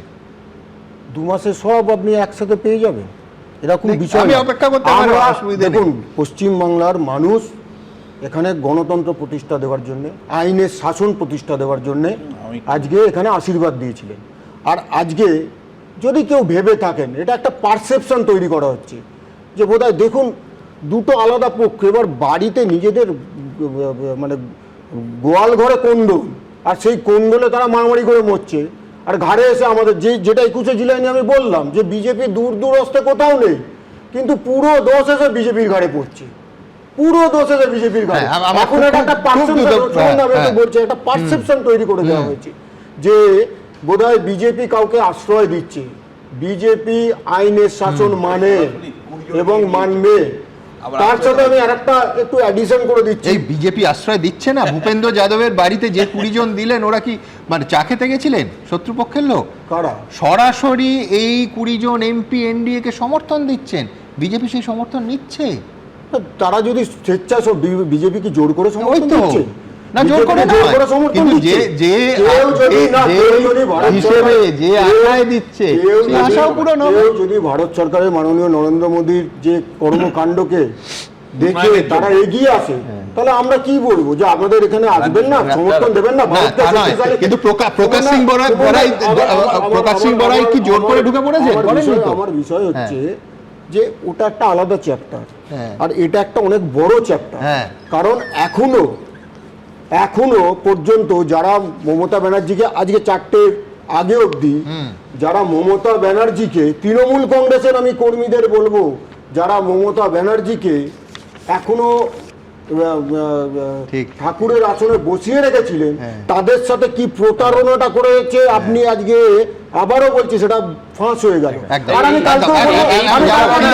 এতগুলো চ্যাপ্টার, আমি এই কাগজটা কেন মুড়েছি জানেন তো? বুকমার্ক হিসেবে ব্যবহার করব, বিভিন্ন অধ্যায়ের মধ্যে, বিভিন্ন চ্যাপ্টারের মধ্যে নয়তো কাজে লাগবে। এতগুলো চ্যাপ্টার হয়ে গেছে না, কিন্তু না, আমি বলছি প্রদীপ্তকে আমি কিছুতেই বলতে দেবো না। তার কারণ হচ্ছে যে এতগুলো চ্যাপ্টার, তারপরে ওর কাছে আসবো, সবার কাছেই আসবো, কিন্তু এতগুলো চ্যাপ্টার এর কি ইম্প্যাক্ট করতে পারবে 21 তারিখ, মানে 21-এর শহীদ তর্পণ, সেটা কাদের আসল তর্পণ? আমি বলছি যা ভিড় হচ্ছে, বুঝলেন, মহালয়ার তর্পণও, ওই মহালয়ার ভোরবেলা যে ছবিটা বিপি আনন্দে দেখা যায়, সেটাও প্রায় হেরে যাবে। দেখুন, ক্যালেন্ডার বলছে 21শে জুলাই মঙ্গলবার, আর তা নিয়েই এবার নজিরবিহীন পরিস্থিতি। তৃণমূল এখন ছন্ন ছাড়া। ধর্মতলায় এবার আর সেই বিশাল সমাবেশ হচ্ছে না। এখন একটা শিবির কালীঘাট তৃণমূল, আরেকটা ঋতব্রত তৃণমূল। 1993 সালের 21শে জুলাই 13 জন যুব কংগ্রেস কর্মীর মৃত্যুকে স্মরণ করতে কংগ্রেসও এবার তেড়ে ফুঁড়ে নেমেছে। পরিবারের সদস্য তো আমাদের, ব্যথা তো আমাদের, দগদগে ঘা তো আমাদের। কলকাতা থেকে দিল্লি মঙ্গলবার চারদিকে পালন করা হবে 21শে জুলাই। বিড়লা তারামণ্ডলের সামনে 21শে সভা করবে কালীঘাট তৃণমূল। গান্ধী মূর্তির পাদদেশে শহীদ স্মরণ করবে ঋতব্রত তৃণমূল। দিল্লিতে রাজঘাটে 21শে জুলাই পালন করবে এনসিপিআইতে যোগ দেয়া বিদ্রোহী তৃণমূল সাংসদরা। শহীদ মিনারে সমাবেশ করছে কংগ্রেস। গান্ধী মূর্তির পাদদেশে সোমবার সন্ধে প্রস্তুতি পরিদর্শন করেন ঋতব্রত বন্দ্যোপাধ্যায় ও সন্দীপন সাহা। সন্ধে বিড়লা তারামণ্ডলের সামনে 21শে প্রস্তুতি পরিদর্শনে আসেন মমতা বন্দ্যোপাধ্যায়। আগামীকাল নতুন করে পথ চলার দিন 11:30টার মধ্যে জল হোক পুলিশ আটকে সব অগ্রাহ্য করে জেলায় জেলায় আমাদের নেতাদের থানায় ডিটেইন করা হচ্ছে। এইভাবে জোর করে বহিরাগতদের দিয়ে বাংলাকে কলঙ্কিত করবেন না। আমাদের এখানে আমরা যেটা করতে চাই সেটা রাজনীতি নয়, আক্ষরিক অর্থে শহীদ তর্পণ। 21শে জুলাই সভার জন্য যেন নতুন করে জেগে উঠেছে কংগ্রেস। কংগ্রেসের তরফে শহীদ মিনারে তৈরি করা হয়েছে দ্বিস্তরীয় মঞ্চ। একটি মঞ্চ করা হচ্ছে 40 ফুট দৈর্ঘ্যের, আরেকটি মঞ্চ হবে 30 ফুটের। মঞ্চে থাকবে একটি প্রতীকী কাট করা, যেখানে রাখা হবে মনীশ গুপ্তর কাট আউট।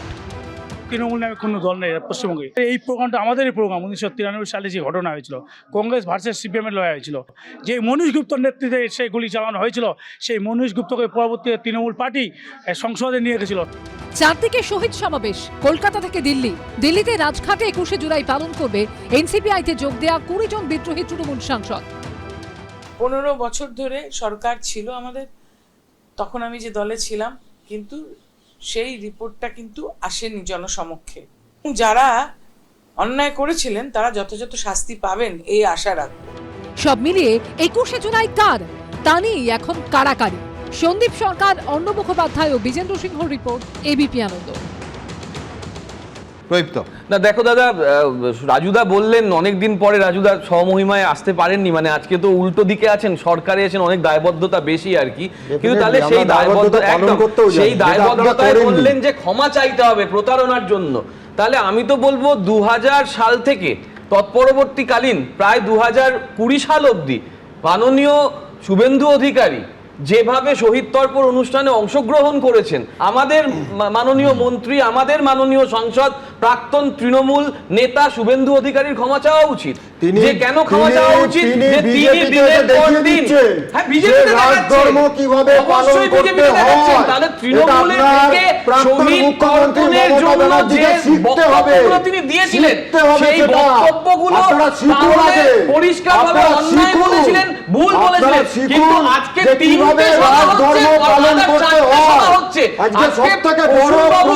বলুন না কেন, এটা তো অস্বীকার করা যাবে না যে 21শে জুলাই এবং সেই কারণে 21শে জুলাইটাকে ওরা আমি তো বলছি যে 21শে জুলাই হয়েছিল বলেই তো এতগুলো রাজনৈতিক দল করে খাচ্ছে। আমি বলছি, কিন্তু নানা ক্ষেত্রে দেখা যাচ্ছে যে ভূমিকা এবং তিরস্কার, প্রশংসা, সমালোচনা পাত্রপাত্রী পাল্টে যাচ্ছে। ঠিক যেমন আজকে ববি হাকিম ভূয়সী প্রশংসা করলেন শুভেন্দু অধিকারী। কি বলছেন, কোন ইস্যুতে? দেখুন। তার হাত থেকে মাইকটা কেড়ে নেওয়া হয়েছে, সেটাও আমাদের আফসোস আছে। রাজনৈতিক সমীকরণ বদলেছে। এবারের 21শে জুলাই অন্যরকম। একসময় 21শে জুলাই মঞ্চে যাকে মমতা বন্দ্যোপাধ্যায়ের পাশে দেখা যেত, সেই ফিরহাদ হাকিমের গলাতেই এখন অন্য সুর। তখন আমাদের যুব কংগ্রেসের সভাপতি শুভেন্দু অধিকারী ছিলেন। ব্রিগেডে তার হাত থেকে 21শে জুলাই যুব কংগ্রেস বা যুব তৃণমূল কংগ্রেস করত, তার হাত থেকে মাইকটা কেড়ে নেওয়া হয়েছে, সেটাও আমাদের আফসোস আছে। যেভাবে 21শে জুলাই শহীদ তর্পণ থেকে সেলিব্রেশনের পরিণত হয়েছে, সেটাও নিশ্চিতভাবে আমাদের মনের ভেতরে আপত্তি ছিল। হ্যাঁ, সাহস পাইনি, প্রতিবাদ করতে পারিনি। তিনি বলতেন যে মমতা বন্দ্যোপাধ্যায়ের ছবিটা সরিয়ে দিলে সামনে কোনো জনগণ থাকবে না, আমি শুধু মাইকে বলবো, সামনেটা শূন্য হয়ে যাবে। আজকে তিনি এই ধরনের কথা বলছেন। বিরোধী দল যখন সরকারি দলেরকে খুশি করার জন্য তাদেরকে খোসামত করে, তার মানে বোঝা যাচ্ছে এটা নকল বিজেপি, নকল বিরোধী, এরা বিরোধী নয়। সোমবার বিধানসভায় মন্ত্রীদের একটি গুরুত্বপূর্ণ নির্দেশ দেন মুখ্যমন্ত্রী শুভেন্দু অধিকারী। বিধানসভায় বিধায়করা এলাকার কোনো সমস্যার বিষয় জানালে 7 দিনের মধ্যে তার জবাব দিতে হবে মন্ত্রীদের। মাননীয় মন্ত্রীদেরকে আমি আপনাদের সকলের সামনে উল্লেখ করবে, মন্ত্রীরা যে বিষয়গুলো, বিধায়করা যে বিষয়গুলো উল্লেখ করেছেন তার উত্তর আপনাদেরকে দিতে হবে। আপনি পাওয়ার 7 দিনের মধ্যে নিজে সই করে উত্তর দেবেন এবং যেটা করা সম্ভব করতে হবে, যেটা করতে পারছেন না, কেন করতে পারছেন না জানাবেন, আর যদি সময় দরকার হয় সময়ও চেয়ে নেবেন। এরপরে শুভেন্দু অধিকারীর উচ্ছ্বসিত প্রশংসা করেন ফিরহাদ হাকিম। এটা একটা নতুন দৃষ্টান্ত সৃষ্টি করলেন মুখ্যমন্ত্রী যে এর আগে শুধু এই 15 বছর নয়, আমি এর আগেও অপোজিশন এমএলএ ছিলাম, কিন্তু এইভাবে বিধায়কদের সম্মান দিয়ে যে আমরা যেটা বলছি সেটার অ্যাকশন কি হচ্ছে, এইটা এর আগে বিধানসভার ইতিহাসে কোনোদিন হয়নি। একসময় যাকে তীক্ষ্ণ বাক্যবাণে বিদ্ধ করেছেন, পালাবদলের পর তারই প্রশংসায় পঞ্চমুখ। রাজনৈতিক কৌশল বোঝা দায়। উজ্জ্বল মুখোপাধ্যায় ও আশাবুল হোসেনের রিপোর্ট, এবিপি আনন্দ। আপনারা শুনলেন ববি হাকিম বলছেন কোট আনকোট, তখন আমাদের যুব সভাপতি শুভেন্দু অধিকারী ছিলেন ব্রিগেডে, তার হাত থেকে 21শে জুলাই মাইকটা কেড়ে নেওয়া হয়েছিল। আমি আর্কাইভে দেখলাম, সমস্ত কিছুই আমাদের থাকে। 2011 সালে শুভেন্দু অধিকারীর হাতে মাইক তুলে দিলেন মুকুল রায়, এবং এই কথা ঠিক, এই ঘটনাটা কিন্তু হয়েছিল, একটি হাত সেই মাইকটা পরে নিয়ে নিচ্ছেন। সম্ভবত আমার ভুল হতে পারে, আচ্ছা এই আন্দাজটা আমি পরে বলবো, আগে ছবিটা দেখাই। এই সভায় সভাপতিত্ব করার জন্য আমি পশ্চিমবঙ্গ তৃণমূল কংগ্রেসের সভাপতি, বিধায়ক, রাজ্যের মন্ত্রী শ্রী সুব্রত বক্সির নাম প্রস্তাব করছি। পশ্চিমবঙ্গ প্রদেশ তৃণমূল যুব কংগ্রেসের পক্ষ থেকে আমি এই প্রস্তাব সর্বান্তকরণে সমর্থন করছি।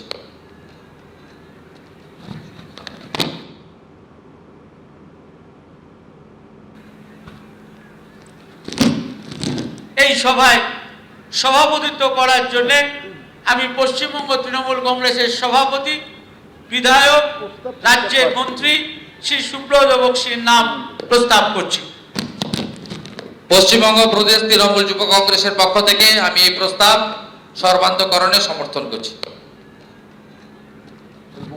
সম্ভবত এই বিষয়টাকেই বলছেন, কিন্তু আমি বলছি এর বেশি ক্যামেরায় অন্তত বোঝা যাচ্ছে না।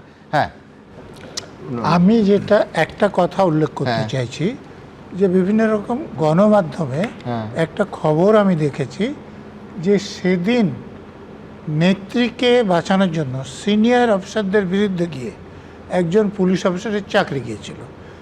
এই গত 15 বছরে তার চাকরিটা ফেরত হয়নি।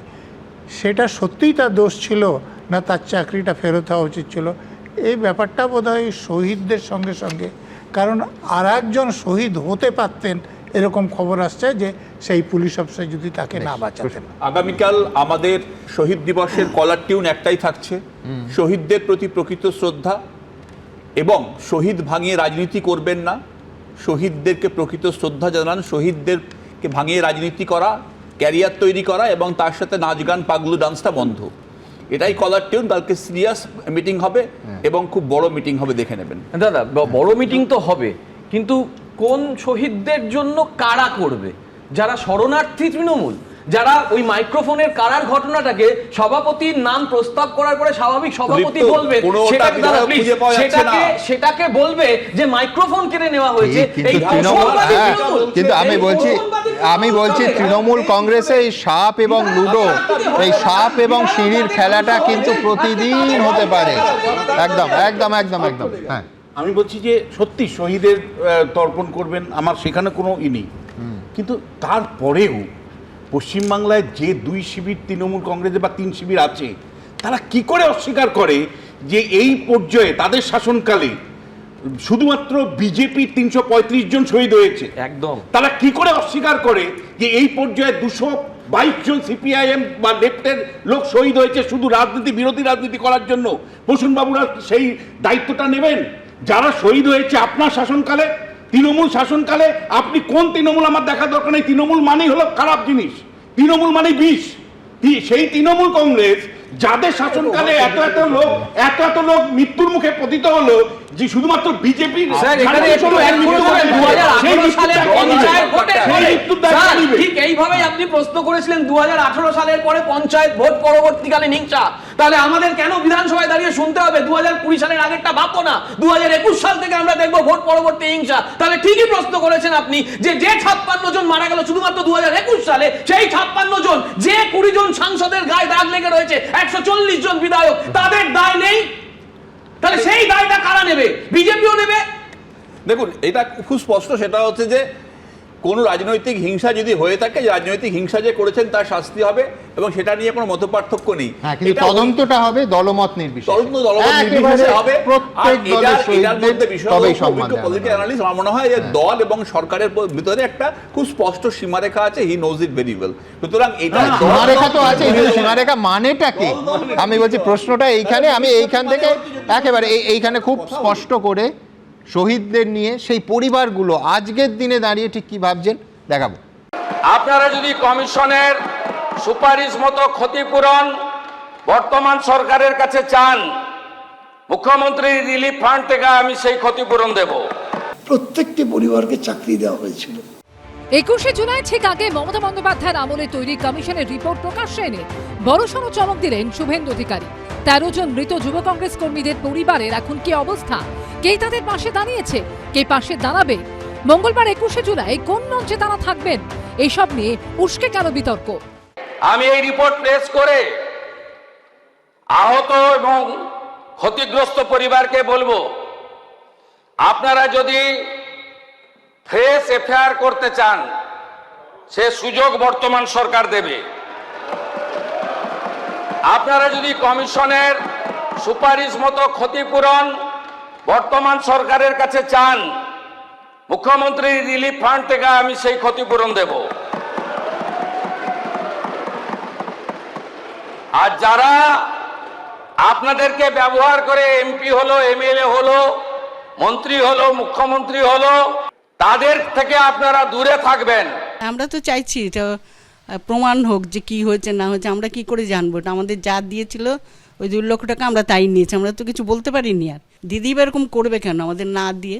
এতদিন ধরে মানে যাই হোক না কেন সবসময় বলতাম যে উনি আমাদের মাথার উপরে ছিলেন, কিন্তু আজকে যখন দুপুরে জানতে পারলাম না, তখন আরো মানে যাবো বলে ফোন আমরা সব ঠিক হয়ে গেল যে যাবো, তারপরে তার প্রশ্নই উঠছে না। অন্ধের মতন বিশ্বাস করতাম। মুখ্যমন্ত্রী আশ্বাস দিচ্ছেন, কালীঘাট তৃণমূল ডাকছে, ঋতব্রত তৃণমূল আমন্ত্রণ জানাচ্ছেন। শহীদ পরিবারগুলো কার্যত বিভ্রান্ত। এতদিন ধরে 21শে জুলাই শহীদ স্মরণ হয়েছে, কিন্তু এবারের মতো পরিস্থিতি কখনো হয়নি। তো তৃণমূলে আছে, কংগ্রেস আছে, তা তো সবাই ডাকছে সবার কাছে। থানা ফোন করেছিলেন, লাস্ট মুহূর্তে বলছে যে আপনি কোনটাতে যাবেন। এটা এই রাজনীতি হওয়া উচিত ছিল না। প্রত্যেক বছর চিঠি পাঠায়, এবার দোলা সেনের সঙ্গে দিয়ে চিঠি আমার হাতে দিয়ে গেছে। ঋতব্রতর ওখান থেকে ফোন করেছে।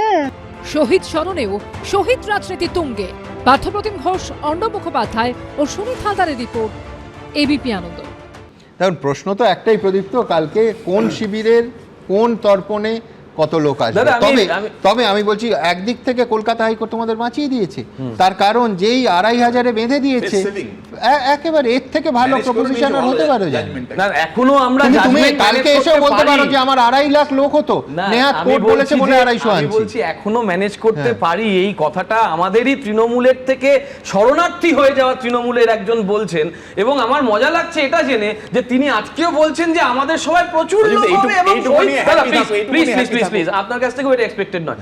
আমি বলছি জানেন তো, আমাদের সবাই যদি 200 লোক হয় না, আমি এইমাত্র একটা ব্রেকে বলছিলাম কথাটা, আমাদের যদি 200 লোক হয়, আমাদের কোনো গ্লানি নিয়ে ওখানে যেতে হবে না যে আমি কি করলাম, বালিশ চেতে চেতে চলে গেলাম।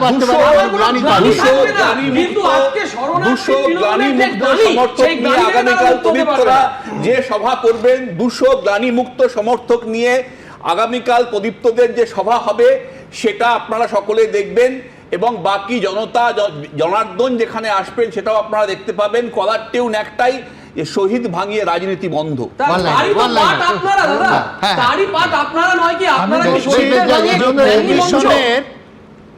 সুপারিশের পরও 25 লক্ষ ক্ষতিপূরণ যারা দেয়নি তাদের কোনো গ্লানি নেই।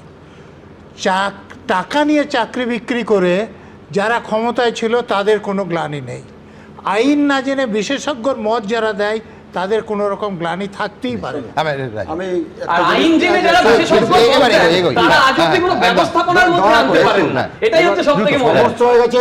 এই যে কে যে তৃণমূল এখন লড়ালড়ি হচ্ছে, আর এই নিয়ে আমাদের সমস্যা, বাংলার মানুষের সমস্যা। আমার বক্তব্য হচ্ছে যে কালকে যে আপনি আসল না নকল, এবার তাহলে ওই তো আমার যেটা বিষয়, সব পক্ষ মানে 4 পক্ষ কালকে এই শহীদ দিবস পালন করছে।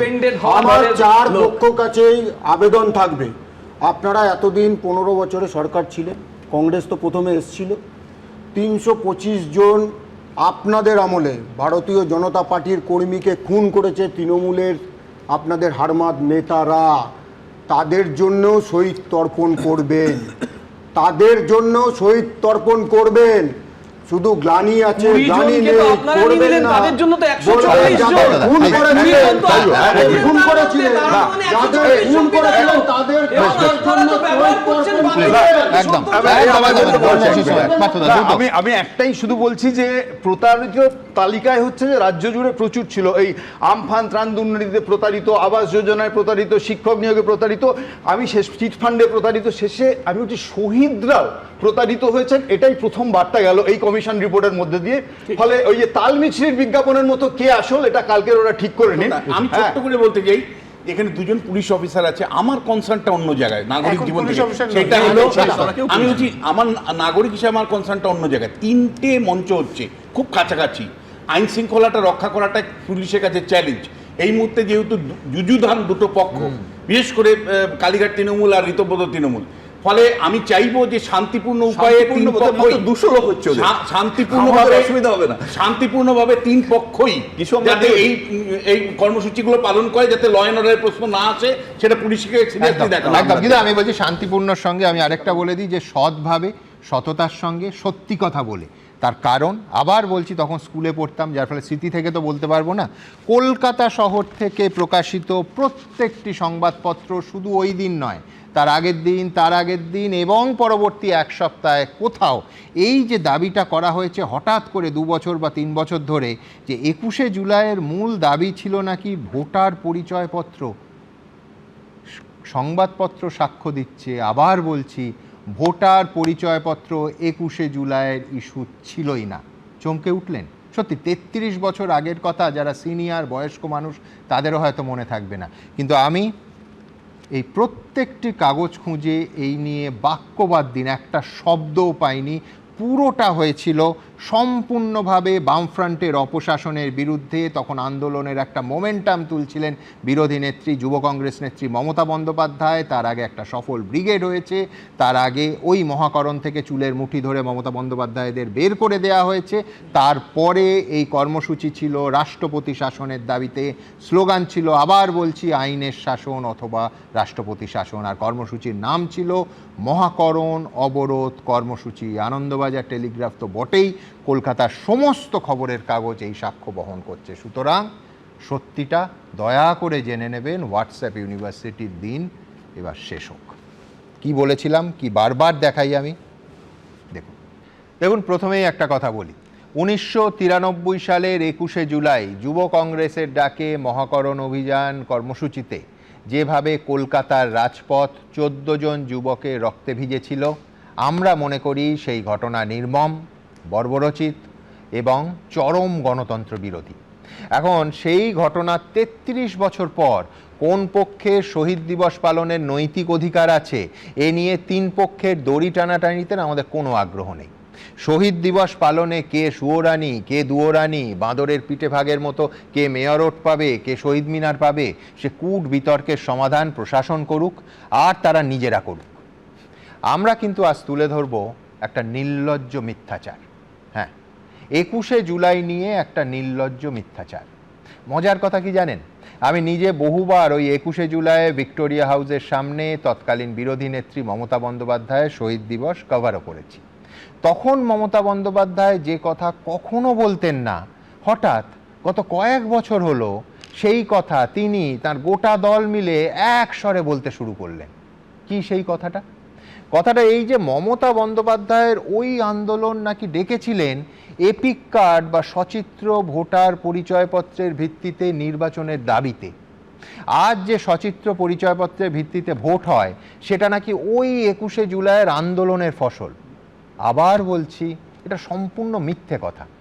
কলকাতার রাজপথে ওই ভয়াবহ ঘটনা যারা কভার করেছিলেন এমন বহু সাংবাদিক এখনও কাজ করছেন। আমার এই অফিসের একাধিক সহকর্মীও তার মধ্যে আছেন। আপনারাও যে কোনো কাউকে জিজ্ঞেস করে সত্যিটা জানতে পারেন। আর সত্যিটা কি, সেই সত্যিটা আপনাদের সামনে তুলে ধরব বলে আজ ওই দিন, তার আগের দিন, তার পরের দিন, ওই গোটা সপ্তাহে প্রকাশিত সমস্ত সংবাদপত্র এই অনুষ্ঠানে নিয়ে বসেছি। আনন্দবাজার পত্রিকা আর দ্য টেলিগ্রাফ তো দেখাবই, পাশাপাশি আজকাল, প্রতিদিন, বর্তমান, গণশক্তি, দ্য স্টেটসম্যান সমস্ত কাগজের প্রতিবেদন আপনাদের সামনে তুলে ধরব। আনন্দবাজার পত্রিকা দিয়ে শুরু করি। দেখতে পাচ্ছেন 21শে জুলাই সকালের কাগজ, লেখা হচ্ছে আজ বুধবার মমতা বন্দ্যোপাধ্যায়ের প্রস্তাবিত মহাকরণ অবরোধ কর্মসূচি নিয়ে রাজ্য সরকার এবং যুব কংগ্রেস দুপক্ষের মুখোমুখি মোকাবিলা। তারপরে লেখা হচ্ছে কোট আনকোট, এটা হচ্ছে মূল দাবি সেদিনের আন্দোলনের, আইনের শাসন অথবা রাষ্ট্রপতি শাসন।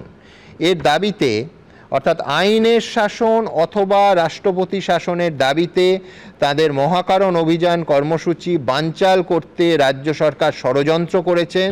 মঙ্গলবার সরাসরি এই অভিযোগ এনেছেন মমতা বন্দ্যোপাধ্যায়, ইত্যাদি ইত্যাদি। আনন্দবাজার গেল।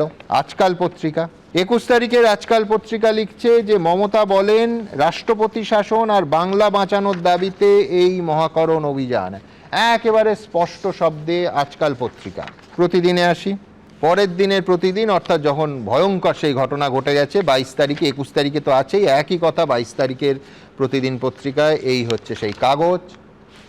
তাতে লেখা হচ্ছে পুলিশ জ্যোতিবাবুকে রক্ষা করতে পারবে না, পশ্চিমবঙ্গে আমরা রাষ্ট্রপতি শাসন চাই। বুধবার যুব কংগ্রেসের ডাকা মহাকরণ অবরোধে মেয়র ওদের জমায়েতে মমতা বন্দ্যোপাধ্যায় ওই জমায়েত থেকে তারপরে অশান্তি হয় এই কথা বলেন। অর্থাৎ দাবি ছিল স্পষ্ট, আমরা রাষ্ট্রপতি শাসন চাই। এবার আসি বর্তমান কাগজে একেবারে 21 তারিখ সকালেই খুব স্পষ্ট যে প্রমাণ হয়ে যাচ্ছে 356 ধারা জারি করা কতটা বাস্তবসম্মত এবং এই দাবিতে মমতা বন্দ্যোপাধ্যায় যে আন্দোলন করছেন। বর্তমান পত্রিকার একেবারে প্রথম পাতা। টেলিগ্রাফ আলাদা করে পড়ছি না, দ্য স্টেটসম্যান, দ্য টেলিগ্রাফ আগের দিন, এটা হচ্ছে তার পরের দিনের টেলিগ্রাফের মাস্টেড। গণশক্তি কথা হচ্ছে, বর্তমানও যা লিখছে গণশক্তিও তাই লিখছে, টেলিগ্রাফও তাই লিখছে, দ্য স্টেটসম্যান পত্রিকাও তাই লিখছে। আসল তথ্যটা হচ্ছে এপিক কার্ড এটার ইস্যুই ছিল না। এখানে আমি থামছি না। এ তো গেল পশ্চিমবঙ্গের যাবতীয় সংবাদপত্রের রিপোর্টিং। এবার আসি আরেকটা বিস্ফোরক তথ্যে। 1993 সালে এই ঘটনার প্রেক্ষিতে এপিক কার্ড চালু হয়নি, তার কারণ সেটা চালু হতে পারে না। টিএন সেশন লাগাতার লড়াই করে 93 সালেই এপিক কার্ড ইন্ট্রোডিউস করে দিয়েছে, নেশন ওয়াইড ডেবিউ হয়ে গেছে ওই বছরে, কোনো আন্দোলনের ফল হিসেবে নয়। ভোটের জালিয়াতি আটকাতে এপিক কার্ড ইন্ট্রোডিউসড হয়ে গেছে, যার ফলে দেখবেন এপিক কার্ডের সময়সীমা শুরু হয় যে কোনো ইন্টারনেট এডিশন, যে কোনো ইন্টারনেটে গিয়ে খুঁজুন 1993-তে। তার কারণ ওই 93 সালেই এপিক কার্ডের চলতি নাম হয়ে গেছে সেশন কার্ড। আর সব থেকে বড় কথা, 21শে জুলাইয়ের যুব কংগ্রেস আন্দোলনের দাবি ছিল, আবার বলছি, এপিক কার্ড চালু 1 থেকে 10, তার একটাও দাবি ছিল না, এপিক কার্ডের কোনো উল্লেখই ছিল না। মহাকরণ অবরোধ এইটা ছিল কর্মসূচির নাম এবং তার প্রধান দাবি ছিল কোট আনকোট আইনের শাসন অথবা রাষ্ট্রপতি শাসন। আচ্ছা, এবার আপনাদের বলি এর প্রেক্ষিতটা। 93 সালের 21শে জুলাইয়ের তার আগে 1992 সালের 25শে নভেম্বর একটা দুর্ধর্ষ ব্রিগেড করেছিলেন মমতা বন্দ্যোপাধ্যায়। বিপুল জনজোয়ার হয়েছিল এবং লোকে স্তম্ভিত হয়ে গেছিল যে যুব কংগ্রেস নেত্রী মমতা বন্দ্যোপাধ্যায়ের ডাকে এই ধরনের মানে জনপ্রলয় বলা যায়। আমি বলছি, আবার বলছি, তখনও বা 21শে জুলাই ঘটনা তার আন্দোলনের কারণ হিসেবে কোথাও এপিক কার্ডের কোনো উল্লেখই নেত্রী করেননি, বা তার যেসব ব্যানার, পোস্টার, হোর্ডিং এবং যে লিফলেট ছাপা হয় কোথায় ছিল না। আবার বলছি, তথ্যগতভাবে থাকা সম্ভবই ছিল না। 1993 সালের 7ই জানুয়ারি আরেকটা ঘটনায় পশ্চিমবঙ্গ রীতিমতো কেঁপে উঠেছিল। কেন? এই মূক এবং বধির কিশোরী এবং তার মাকে নিয়ে গিয়ে মহাকরণে মমতা বন্দ্যোপাধ্যায় একেবারে জ্যোতিবাবুর ঘরের সামনে বসে পড়েন, তাকে চুলের মুঠি ধরে মহাকরণ থেকে বের করে দেওয়া হয়। আবার তারিখটা বলছি, 1993 সালে 7ই জানুয়ারি। আর এই বছর 1993 সালের 21শে জুলাই যা হয়েছে সেটা আপনাদের দেখালাম। তার সঙ্গে আবার বলছি, খুব খারাপ ঘটনা ঘটেছিল। এপিক কার্ডের কোনো সামান্য 0.00 ভাগও কোনো সম্পর্কই ছিল না। এপিক কার্ড সম্পূর্ণ অন্য ইস্যু, আর এই 21 তারিখের এজেন্ডা অন্য ইস্যু। অথচ বেশ কয়েক বছর ধরে তৃণমূল কংগ্রেস শুধু এইটাকে সামনে রাখছে। আপনাদের একবার মনে করিয়ে দিই, গত বছর অভিষেক বন্দ্যোপাধ্যায় ওই 21শে জুলাইয়ের মঞ্চ থেকে ঠিক কী বলেছিলেন, দেখুন। সঠিক পরিচয়পত্রের দাবিতে 13 জন নিজের প্রাণ দিয়ে ভারতবর্ষের প্রতিটা মানুষের গণতান্ত্রিক অধিকার ফিরিয়ে দিয়েছিল। ওই বছরই মমতা বন্দ্যোপাধ্যায় এই দাবি নিয়ে কি বলেছিলেন আরেকবার মনে করিয়ে দিই। আর কোনো এজেন্ডার কথা বলেননি, শুধু এপিক কার্ড, যেটা 21শে জুলাইয়ের ইস্যুই ছিল না, থাকা সম্ভবই ছিল না। দেখুন, 21শে July no ID card, no vote, এই আন্দোলন যদি না হতো আজকে আমরা কেউ ভোটার আইডেন্টিটি কার্ড পেতেন না। কোনো সন্দেহ নেই যে 21শে জুলাই গণতন্ত্রের অত্যন্ত লজ্জার দিন, কিন্তু এই মিথ্যাচারের আদৌ কি কোনো প্রয়োজন ছিল? মমতা বন্দ্যোপাধ্যায় নিজেও তো কয়েক বছর আগে এই দাবি করতেন না। আমি বহু 21শে জুলাই তার বক্তৃতা চেক করে দেখেছি, একবারও এপিক কার্ডের প্রসঙ্গ তুলতেন না। তার কারণ তিনি নিজে অন্তত জানতেন যে এপিক কার্ডটা সেদিন ইস্যুই ছিল না, থাকা সম্ভব ছিল না। কোট আনকোট আরশোলাদের আন্দোলনের ঝাঁজ যে কতটা হতে পারে তা আজ টের পেল দিল্লি। ককরোচ জনতা পার্টির সংসদ অভিযান ঘিরে ধুমধুমার বাঁধল রাজধানীতে। শুক্রবার এই অনুষ্ঠানেই দিল্লির যন্তর মন্তরে সোনাম ওয়াংচুকের অনশনের খবর নিয়ে একটার পর একটা বিশেষ প্রতিবেদন আপনাদের সামনে রেখেছিলাম। শনিবার 7 সকালে তাকে সেখান থেকে তুলে হাসপাতালে জোর করে নিয়ে যায় পুলিশ। তবে নিটের প্রশ্নপত্র ফাঁসের প্রতিবাদে আন্দোলনের ঝাঁজ তাতে একটুও কমেনি, বরঞ্চ আজ বাদল অধিবেশন শুরুর দিন ককরোচ জনতা পার্টির সংসদ অভিযান এবং পুলিশের লাঠিচার্জ আর টিয়ার গ্যাসে রণক্ষেত্রের চেহারা নিচ্ছিল দেশের রাজধানী। আন্দোলনের চাপে ককরোচ জনতা পার্টির প্রতিনিধিদের সঙ্গে দেখা করলেন কেন্দ্রীয় স্বাস্থ্যমন্ত্রী জেপি নাড্ডা। কিন্তু তরুণ প্রজন্মের ভবিষ্যতের কথা ভেবে কোনো ইতিবাচক সিদ্ধান্ত কি আদৌ হবে? শুধু বৈঠক নয়, স্পষ্ট উত্তরের অপেক্ষায় রয়েছি আমরা সবাই, গোটা দেশবাসী।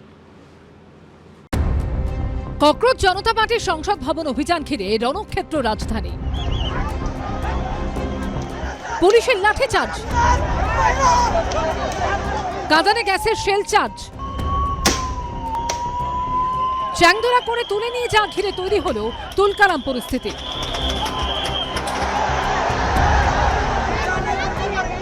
जंतर मंतर से छात्र संसद भवन की ओर आगे बढ़ रहे थे। रायसीना रोड है और इसी रायसीना रोड पे जब आगे छात्र बढ़ रहे थे तो यहीं पर पैरामिलिट्री फोर्सेस के जवानों ने उनको रोका, लाठीचार्ज किया। आप देखेंगे यहाँ पर देखिए एक छात्र जो है इस वक्त देखिए कि छात्र को जो है पैरामिलिट्री फोर्सेस के जवानों ने जो है यहाँ पर जो है हिरासत में ले लिया है। तस्वीरों में कि यहीं से आंसू गैस के गोले दागे जा रहे थे। आगे चलिए, आगे हमारे तस्वीरों में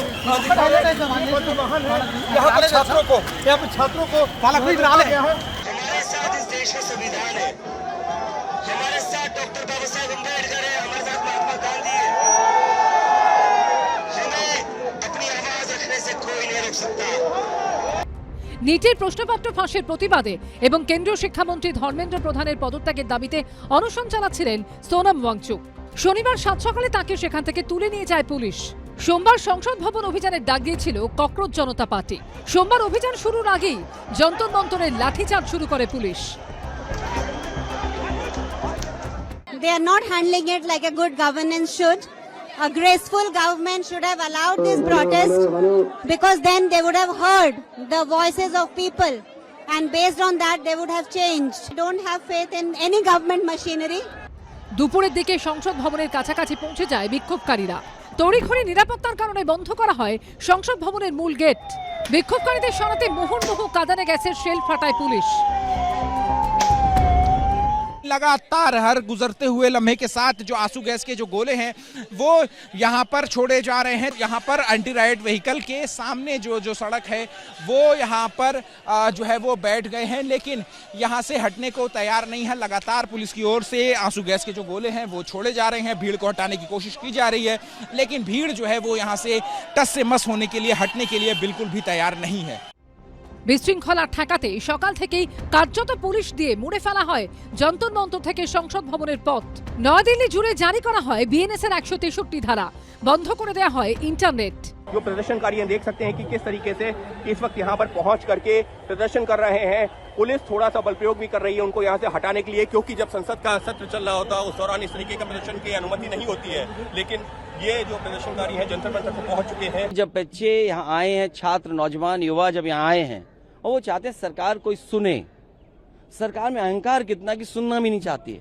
सुनना तो दूर, अगर वो लोकसभा यहाँ तक आना चाहें अपनी बात कहने तो लाठी और जो अन्याय कर सकते हैं, जो प्रताड़ना दे सकते हैं वो दे रहे हैं। अगर कोई कानून हाथ में लेकर आंदोलन करते तो वहाँ पुलिस अपना काम करती है। मुझे लगता है कि धर्मेंद्र प्रधान जी का इस्तीफा मांगना इतना ठीक नहीं है, लेकिन इसमें जो सुधार क्या होना चाहिए, क्या ये दोबारा इसी तरह का पेपर फूटी ना हो, उसके लिए क्या करना चाहिए, इसके संबंध में सुझाव देने की आवश्यकता है।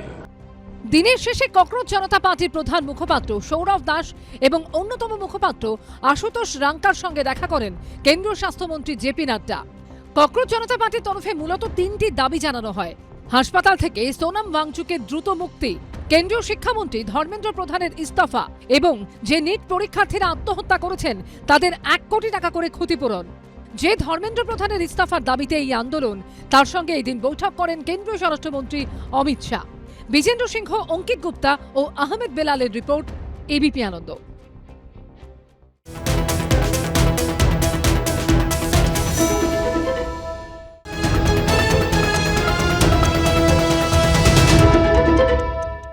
এবিপি আনন্দ, এগিয়ে থাকে, এগিয়ে রাখে।